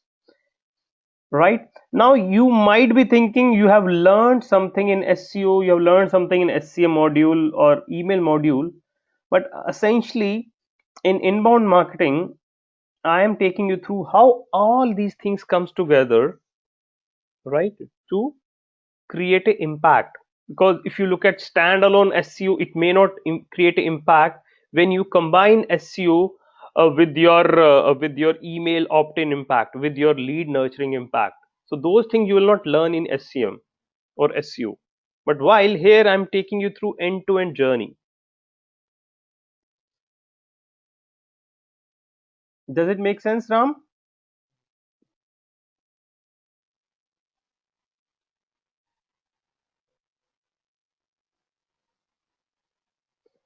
All right. So I've covered this part, outbound versus inbound. Outbound is buying attention, inbound where you are earning the attention. You know the differences.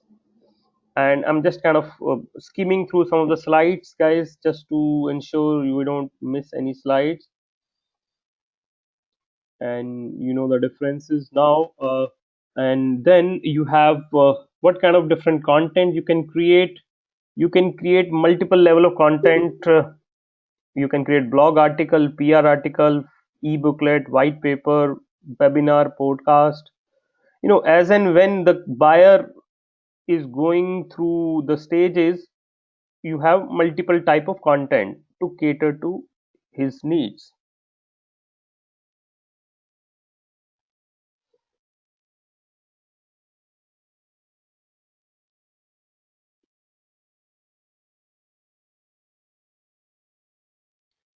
Sort of flash demo. Okay, how do I say flash demo? Do you know? Okay, flash demo is one sort of artifact which uses flash as a technology to demonstrate your product, or to show the effects of the content. It's a macro media kind of flash. Yes,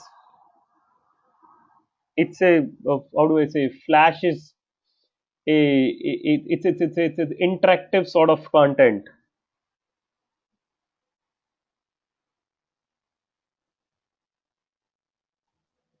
Yes, animation, absolutely. Now, yes, you're right. One more aspect, guys, which all of you should be aware of. Now that, let's say, you have, through these components, through these channels, audience have come to your landing page. Now, at a basic high level, right? What's the kind of landing pages you should be creating? So there are some best practices. even though best practices I'll be covering in detail in my third session, which would be conversion optimization. But here I just want to share small snippet of information here. This is a landing page of a company called Flow. Flow is a company which is not a very established company. Now tell me, what are the three or four things which stand out in this landing page? Do you find anything which is really positive about this landing page? What are the positive aspects, or what are the negative aspects rather, if I may ask you so, of this landing page? Lead generation form, Aman. Referral, positive. Okay, Nico. What else, guys? All of you, let's all participate, guys. Right, wrong, but yes. Sponsors. Okay, what is sponsor? That's not the sponsors. Okay, they are testimonials, I would say. Okay, not the testimonial, customer ref. Okay.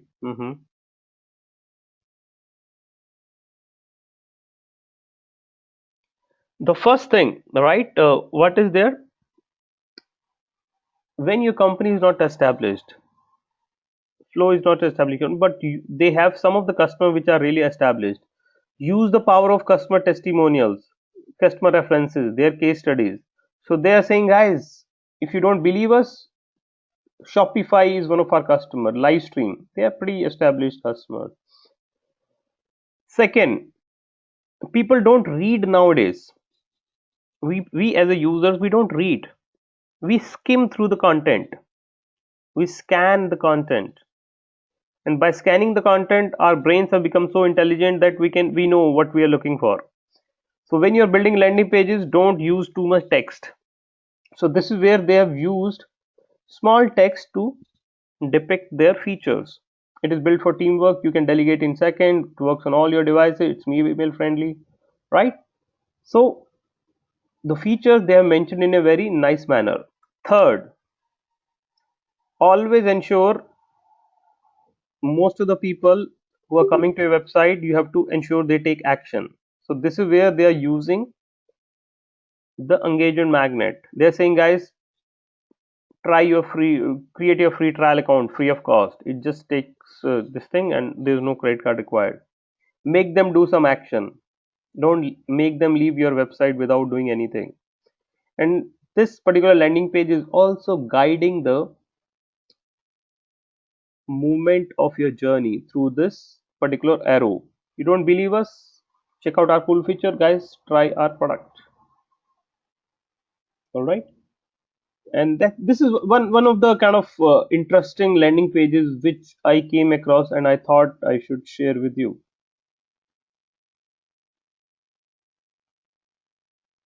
Yeah, Saurav, you are saying it's a cool page. Yeah.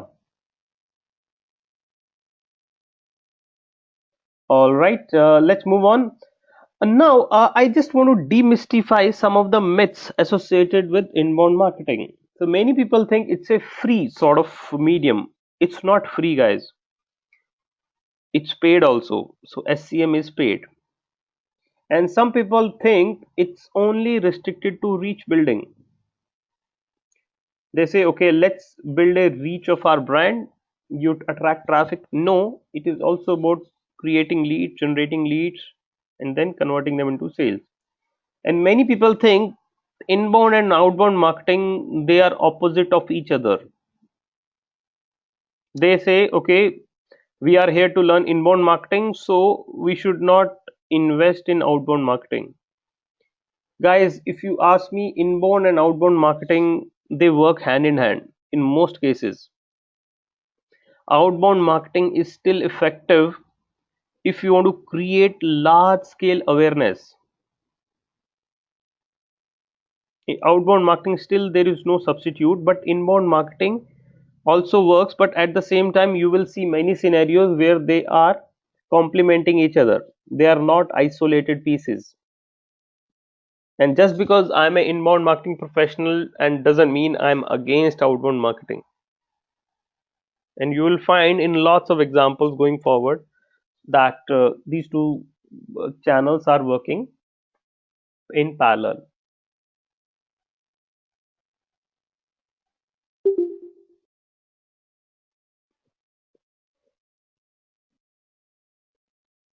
Aman, how does ROI compare between inbound and outbound? I mean, Aman, it's a very high level question. Return on investment, inbound and outbound.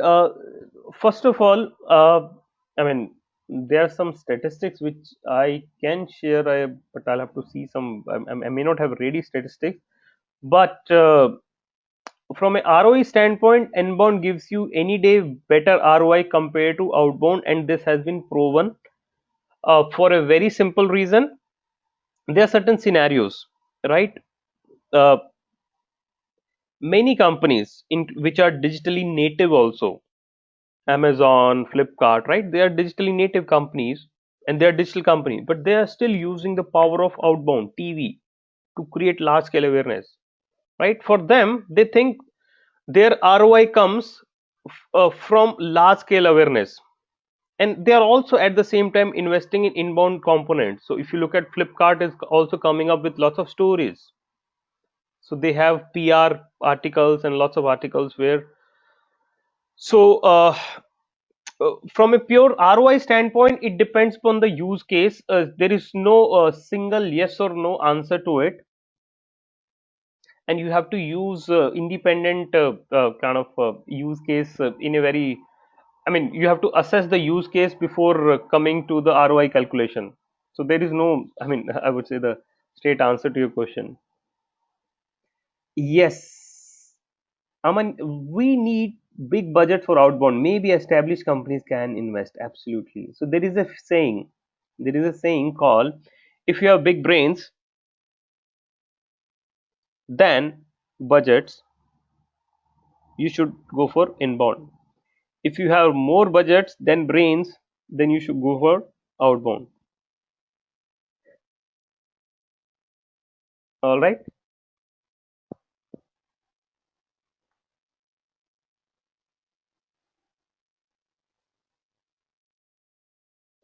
We have covered this part, phases. I've not covered this thing. All right.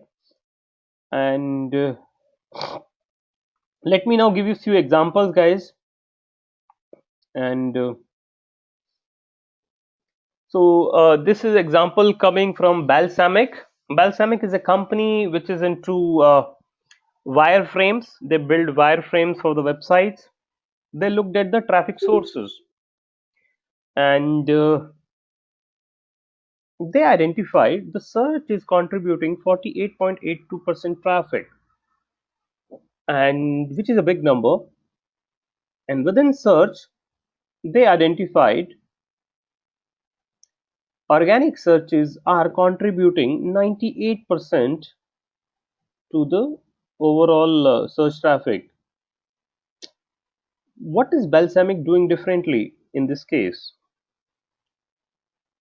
Balsamic here is leveraging blogosphere to their advantage.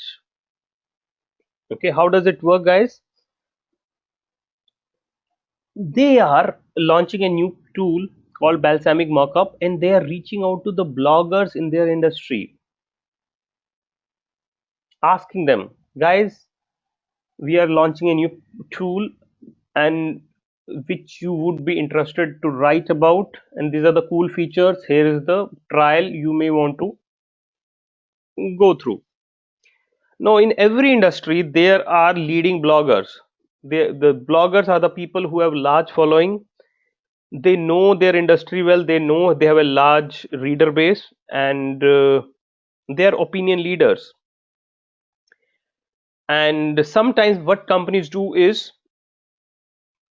they can reach out to their users directly, but that would be expensive. Now, what they're doing is they are piggybacking on bloggers to reach out their message, and in this case, Balsamic is reaching out to their bloggers. Now, at the same time, guys, bloggers are under no obligation to write good or bad about you. They can write bad about you also. And bloggers at the same time are also looking for some good content, some interesting ideas. So it's a symbiotic kind of relationship. You give bloggers some content which they can write, and you want obviously good kind of reach of your brand. And balsamic, this is the email they are writing to their bloggers. And in the other scenario, when they did that, 20% of the bloggers talked about their product. And second thing, wherever they did not have the email IDs, they started injecting themselves into the conversation. So they identified wherever the conversations are happening, they started putting a comment there.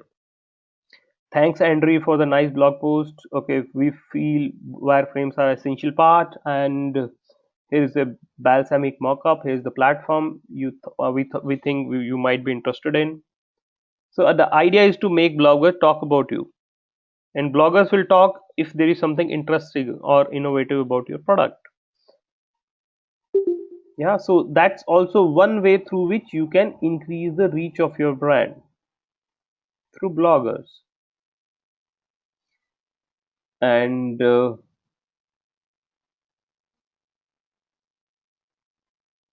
one more, in fact, example from WizLab. WizLab is a company from Digital Vidya only.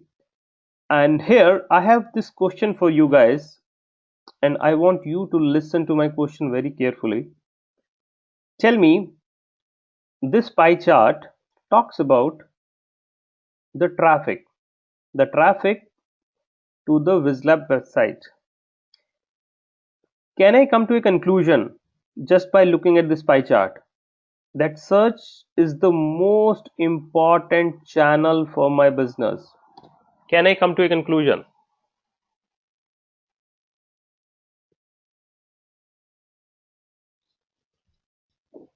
My question to you is, did you understand the question, guys?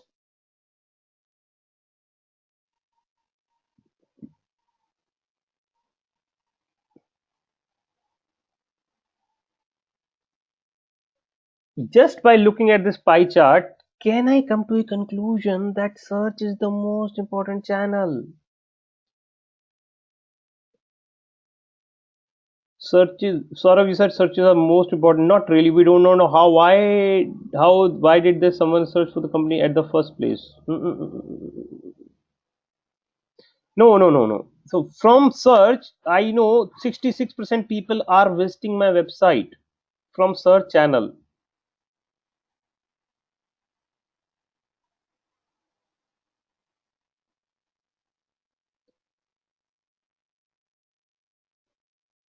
You get maximum visit from search. Okay, it could have been through some other channel. Guys, only Saurav and Ram are responding. Why not others, guys? What is happening? Uh, Aman, Ameya, Anurag, Firoz, Nico, you're also okay. Tahir, you have been very quiet. Guys, come on.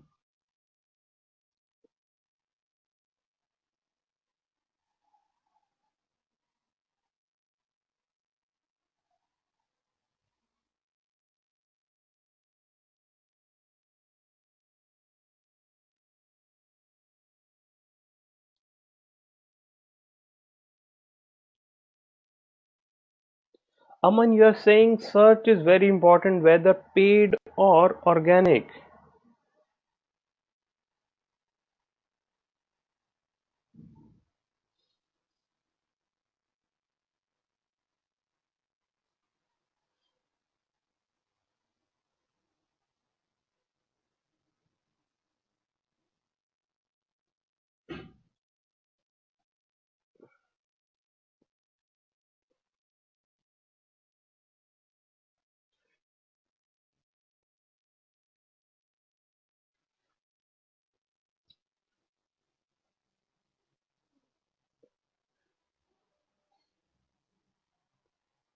Give me 1 second, guys. Looks like there is some problem at the go-to meeting level.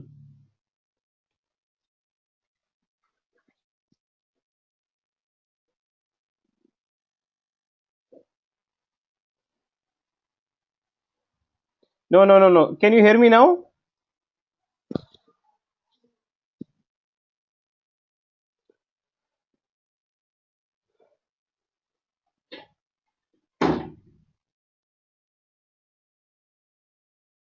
All right.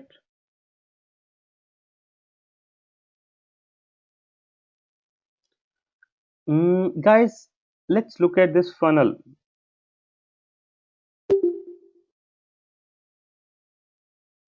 Now, this pie chart rather. Search is an important channel from a traffic standpoint. There's no doubt about it. But if I have to identify which channel is most important for my company, I also need to know what people do when they come to my website. Are they converting also? All you may know that the folks coming through search channel, they are not converting, and most of the people who are coming from referral channel, they are converting as well. So there are two things you need to keep in mind: where you are getting the traffic from and what people do once they come to your website.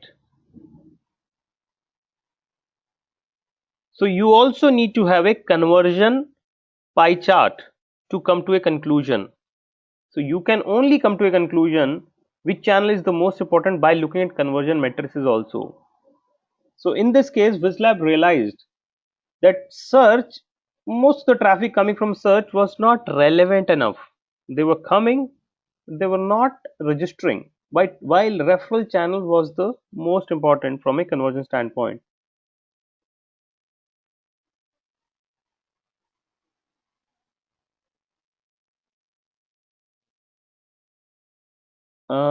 Tahir, look to book ratio. Absolutely. That is what I'm talking about. Look to book ratio. How many people book it? Absolutely. Look to book. In that case, direct should be the most important one. Okay. Why do you think, Saurav?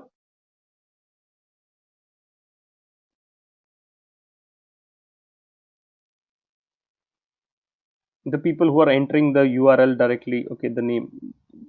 I mean, the idea here was, don't just kind of come to a conclusion just by looking at traffic. Inbound marketing, these two things happen. Where these two things are important: where people are coming and what they do once they come onto your website.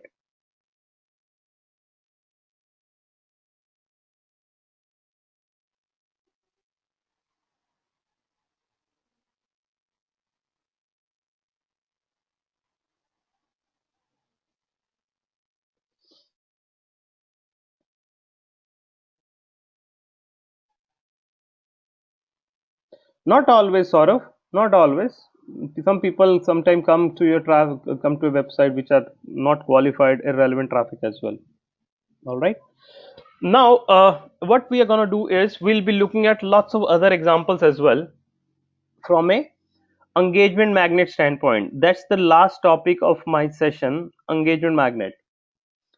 And when it comes to engagement magnet, many companies, they build a great website, they do lots of things, but what they don't do is create effective engagement magnet, and that's what we're gonna learn. What is engagement magnet?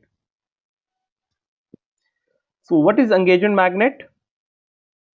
Let me take you through the thought behind it. So on your left hand side you have piece of content, on your right hand side you have engagement which you expect from your users. So when people see your ad, what do you want them to do? When people see your display ad, what do you want them to do? You want them to click on it. Absolutely. When people come to your landing page, what do you want them to do? It depends upon your business. You want them to fill up a form, or when people come to your website, you want them to try your product, or when people receive your email, you want them to open the email, click on the email, right? That's the piece of content and that's the engagement you expect from your users. But users don't take action unless there is some incentive attached to it. So engagement magnet is all about providing a reason to the user to engage with your brand. And effective magnet reduces friction. Let's look at few examples. There's a company called MTS. In 2014, they created a election tracker, and through this tracker, they were keeping a tab on all the. Uh, Give me 1 second, guys. Just 1 second, please.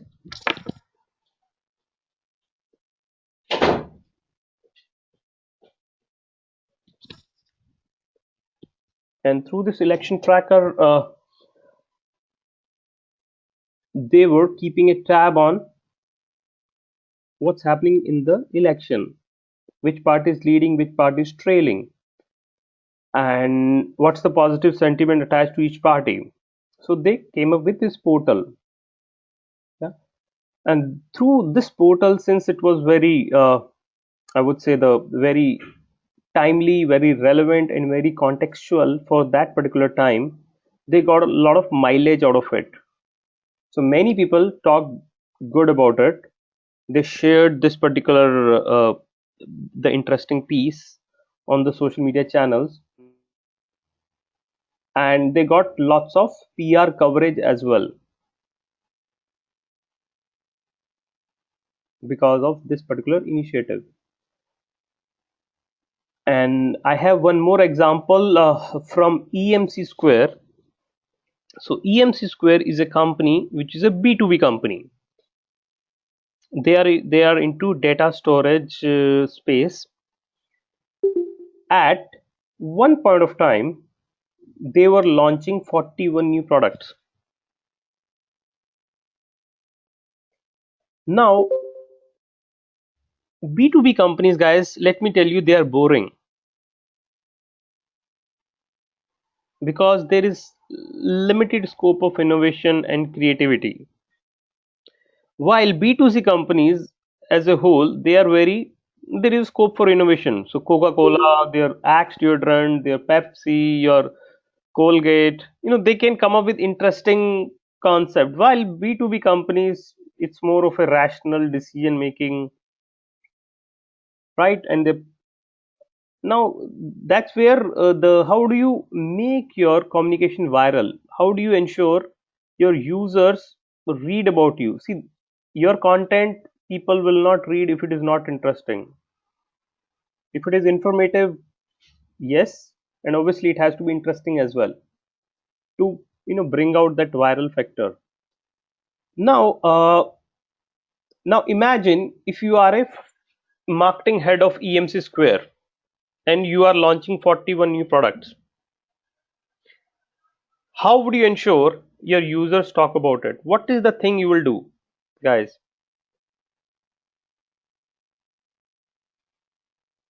Guys, think through, guys, and then come back to me. You are marketing head of EMC Square and you have to launch 41 products.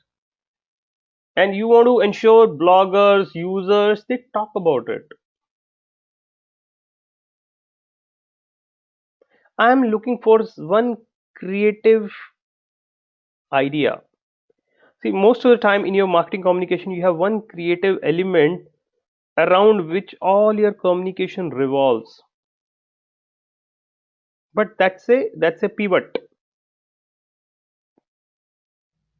Contest for promoters, okay, social forum, customer forum, hackathon. But what's the central idea, Ram?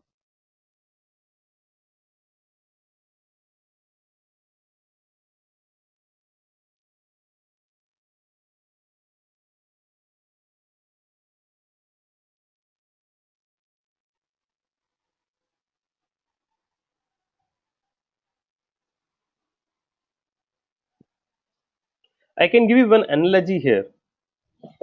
The beauty of data storage product is Maximum data you can store in a limited rack space. Maximum data you can store in a limited rack space.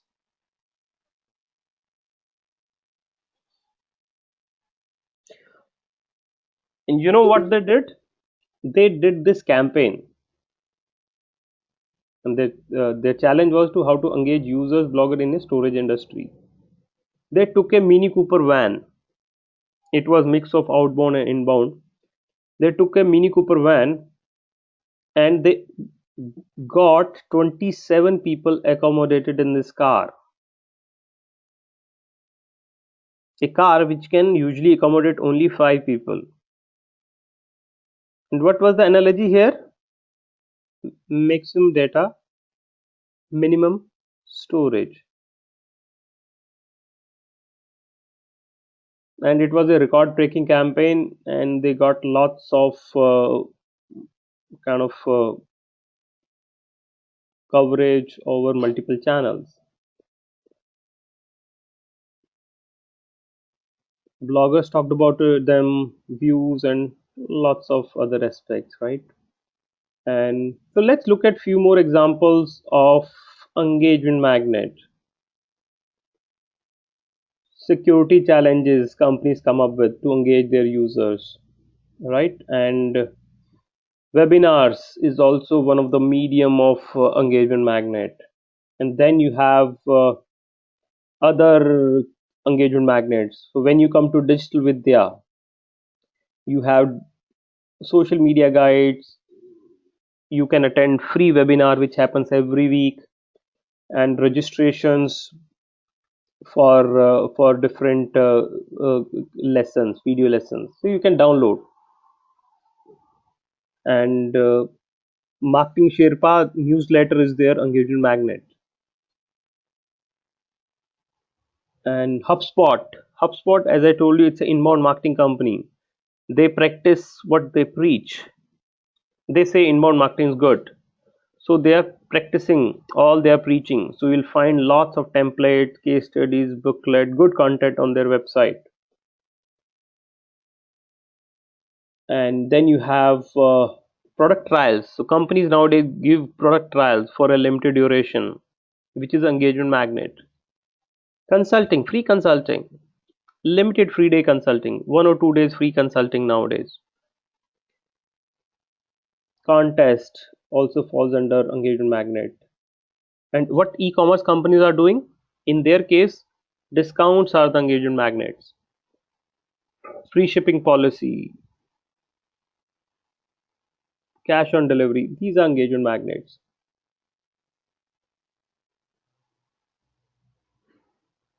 Facebook. Facebook is using lots of engagement magnets to onboard small and medium businesses. They want to take business away from Google, and they are giving lots of free workshop vouchers to the small and medium enterprises. Discounts always work, so Dell gives lots of discount over their Twitter channel. So that's the engagement magnet. All right. So Aman has a question. Engagement magnet is add-on given by the company, so user takes the desired action. Absolutely. You give some important yes, a value added activity for users to take action. Now it requires a bit of thought. It requires a bit of money as well sometimes. Uh, yeah, yeah. It's all about enticing the user. I don't think so, Ram. I hope all of am I audible? Looks like yes. All right. Any questions you have, guys? With this, we have come to end of the session. And as I was told you, right? So today session was all about orientation. We'll be covering lots of platforms from the third session onwards. Second session will focus on audience aggregation. But today's session, it was all about learning and the kind of application, different scenarios, different case studies.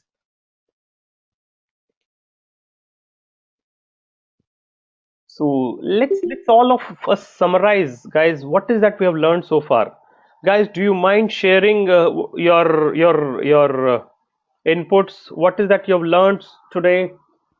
You may want to speak up. Anyone who wants to speak up, what you have learned so far.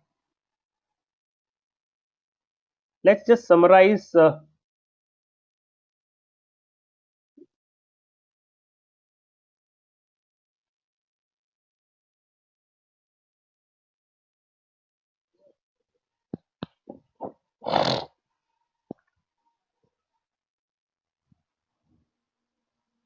Why does EMC's okay ad campaign qualify as an engagement magnet? That's just innovative. Are there any prerequisite to qualify something as an engagement? Yeah, you are right, Aman, to a major extent. I mean, EMC Square. The idea was for the EMC Square was to make bloggers and users talk about your brand.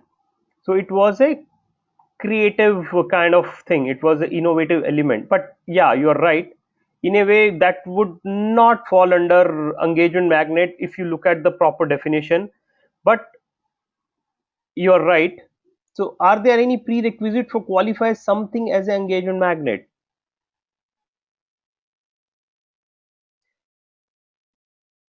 Mm, prerequisites is something which your users value.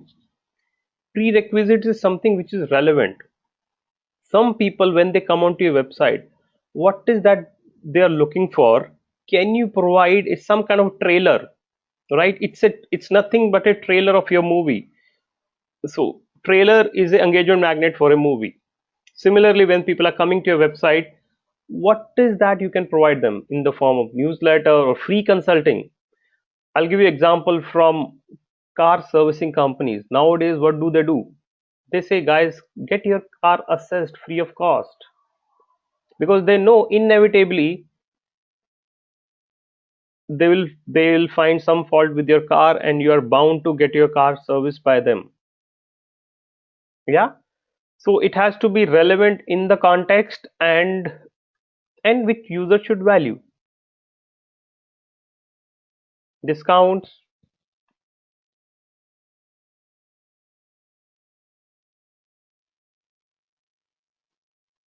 Aman, make sense?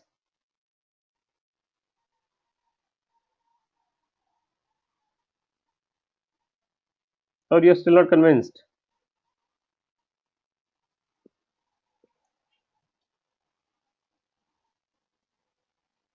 Yes, no, Aman?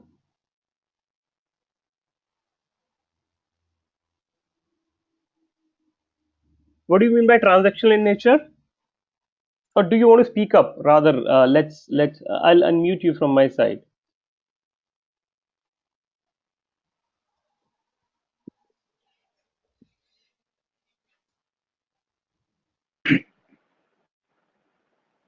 Hi. So I just wanted to know. So what I mean by transactional is, so it's like when you go to a website and what they say is that if you want to download, if you want to read an article, please provide your contact details. So that's transactional. So you are actually giving your contact details in lieu for, these guys sharing Absolutely. a web content or a download with you. So is that something which kind of qualifies as engagement Yes. magnets? Yeah. Engagement magnet, you expect the user to do something, but at the same time, it's a barter trade also. You want to get the customer details as well. You're right. So it's a transaction in nature. Okay, thanks. Yeah, but at the same time, you also want to give something of value to the user, uh, and sometimes this could be in form of discounts as well. So definitely yes. So it's not one way traffic. Okay. All right, guys, let's move on. Let me take you through your assignment.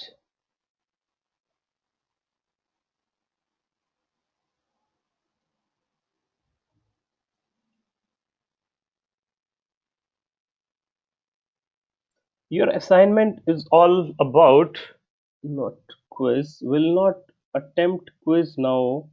We'll do that in our next session. Your task name is create a strategy to generate traffic on your online presence. Here you have to pick any company, B2B or B2C. You can pick up your own company or company with which you are familiar with, or you can take up digital vidya.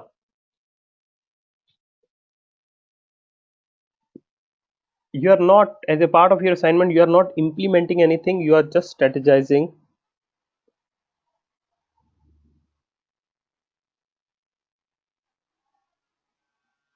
First and foremost, you have to, as I told you, you have to take up a business case for a company.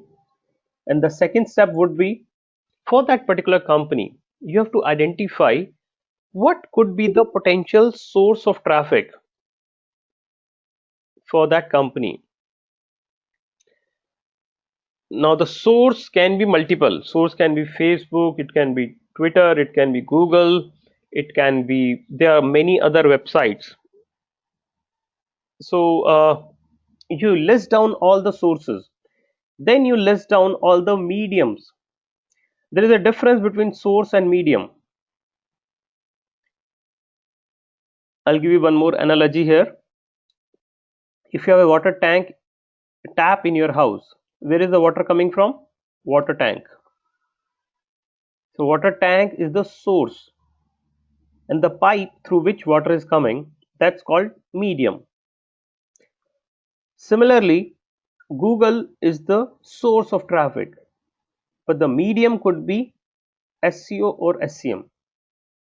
Social, Facebook could be a source, but medium could be paid, organic, referral, whatever. Yeah. So here, as a part of second step, you are listing down source and medium of traffic. So you can take assumptions also wherever needed, guys. And you can also take up, okay, these are some of the blogs where some people would be visiting. You can also take help of from similar web tool. I don't know if you have heard of this tool called similar web. Similar web, you can write any company name and you can identify where people are coming from.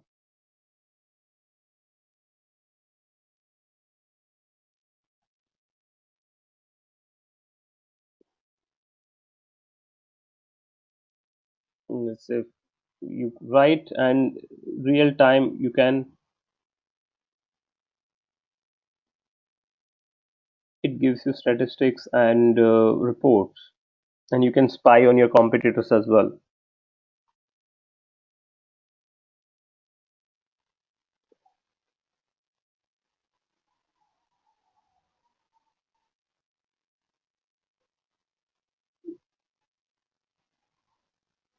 Now going back to my assignment part, guys, while the page is downloading, it takes time. So you just want to know where people are coming, right? So that traffic sources. At a high level, guys, what is happening is, at this stage, what I'm doing is I'm identifying the source and medium of my the traffic, where people are coming from for my website. Then I need to shortlist these sources and medium. How will I shortlist it? Now I might think Google is important for my business, but all you may know that Google is not important channel, could be. So for that you should be using Google Keyword Planner. Have you used, guys, Google Keyword Planner? I'm sure you would have. The How many of you have used Google Keyword Planner? Here, the only reason we are using Google Keyword Planner is to identify how many searches are happening for my business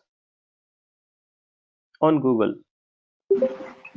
If I am in a business of selling, let's say, hatchback car, I am selling Honda Jazz car. So if people are, enough people are searching for hatchback car,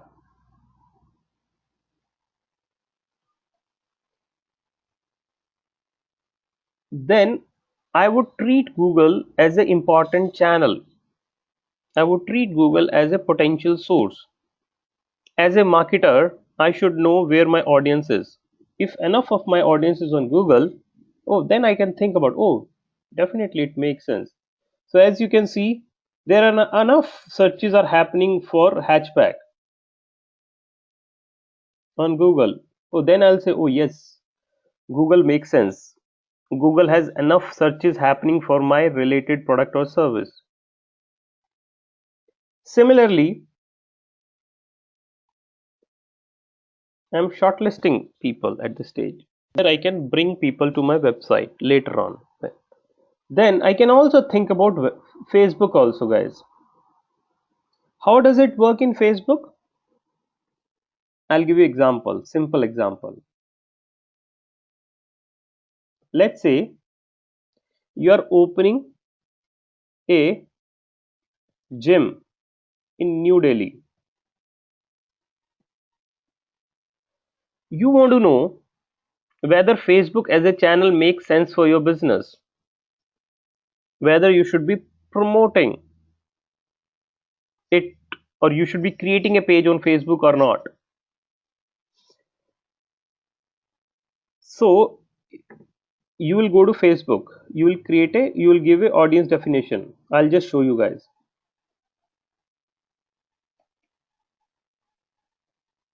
that. Okay, you are targeting 25 to 55 age group of people, male audience. Let's say you're opening a gym for male and people who reside in New Delhi and the people who are fitness who are into fitness, right? So that's the audience I'm targeting. And Facebook will tell me, oh, depending upon your criteria, we have about 2 lakh on Facebook. Then I will know, oh yes, Facebook has enough audience. Then I should be creating a page on Facebook. Let me show you how. Or maybe I can go for paid, but you are not doing that at this stage. So here is a Facebook ad creation page.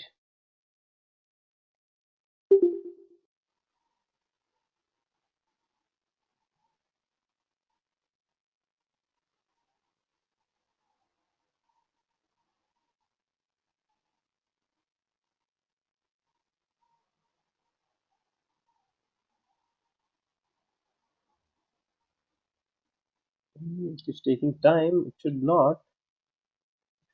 It's a little heavy page.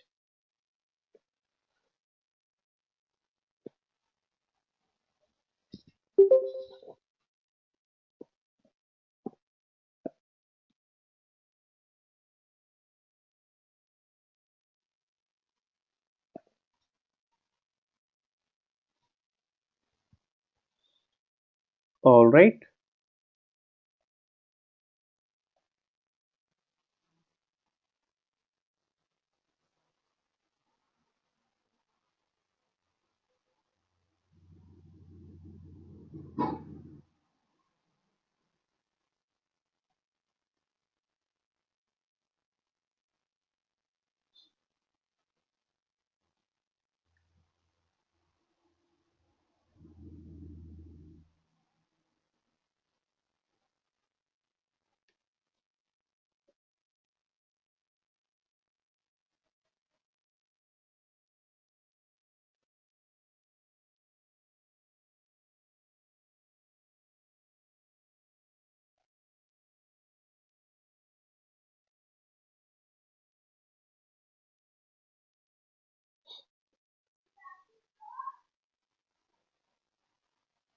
Yes. All right, guys. This is what I was talking about. We are running, not running an ad.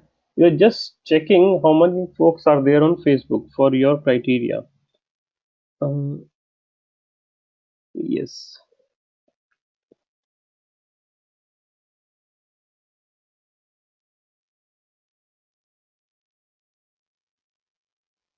So this is where you're gonna enter your India. So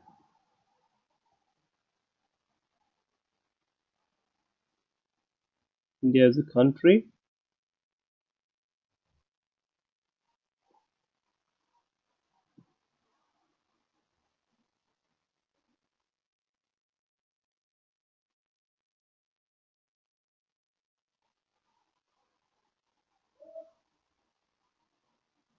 I can enter the age bracket. I can enter the men section, right? And then I can enter the interest as well.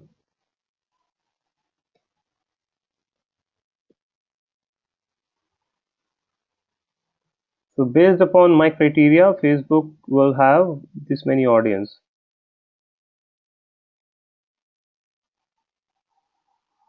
No, it has very limited audience in this case. Or depending upon the use case you select, if it has enough audience, then you can say, guys, Facebook makes sense as a source of traffic. All right.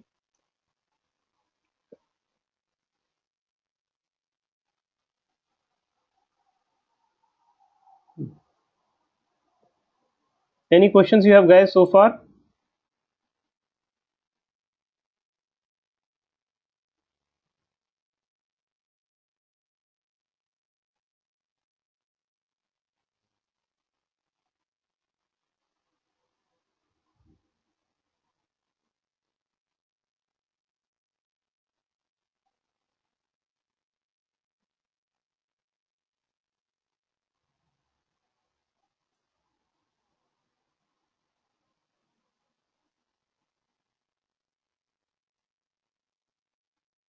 Okay, I think I had kind of closed that window again.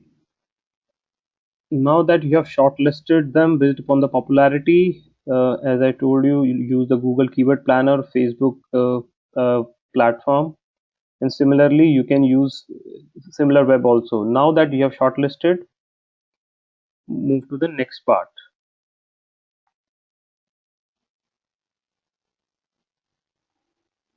Shortlist the medium, whether you want to invest in organic, paid, or other mediums. And finally, you select what's the engagement magnet you are going to be using for your set of business. And for engagement magnet, as I told you, it could depend upon the kind of business you are having, and it is a it's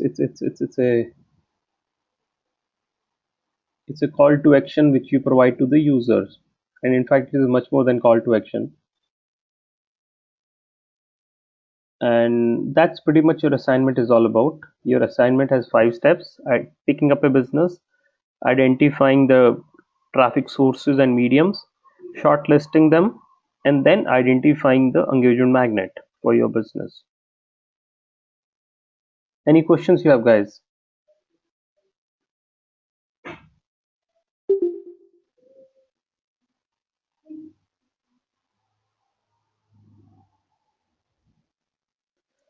Ajitesh, okay, I don't know if you just joined or you were not there, I guess, throughout the session. Aman, Amanya, Amia, sorry.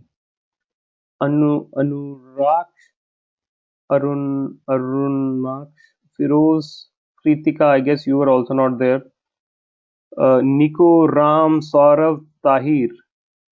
Any questions you have before I wrap up the session?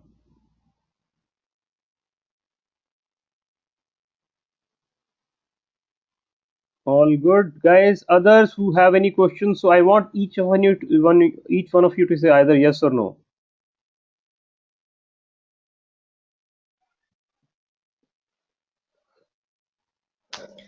Hi, actually, I joined very lately today, Jitesh. So I have followed some of the topics you covered. So I will try to cover up all the things you have covered today in the session. Yes, the recording will be shared with you. So please go through the recording. Okay? Okay. And meanwhile, can you please share your email ID so that if anything urgent, I can drop you email and So it's the way can it seek works your is the way it works, Aditesh. Your course coordinator are your first point of contact. So speak to them, and they will help you get in touch with me. I mean, that's the protocol we follow. not an issue, but if you can provide your email ID as well, uh, then also it will be good. I have no problem providing you my email ID, but please ensure you reach out to your course coordinator first, guys. I have no issues providing you with my email ID. Okay. Okay. Please share your email ID. Okay. All right.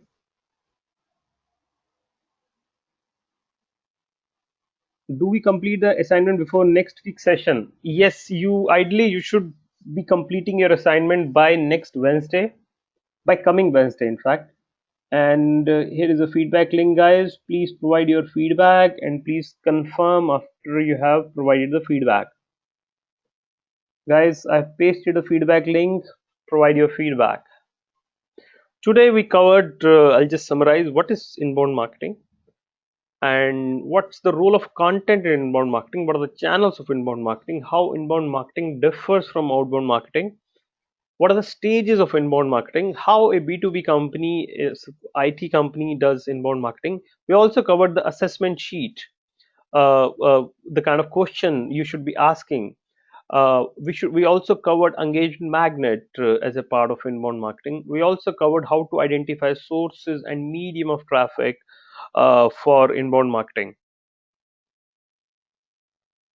All right, so next week, guys, we are going to discuss audience aggregation and audience nurturing. Yeah, as we move forward, we're gonna have lots and lots of, I would say, the advanced level of kind of session. So always ensure you are there on time. And Amia, you are done with the feedback. All of you, please provide your feedback and please confirm after you're done so.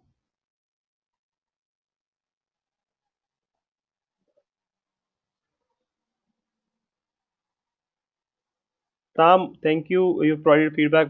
Okay, all right. Thank you, guys. All of you, confirm it, please.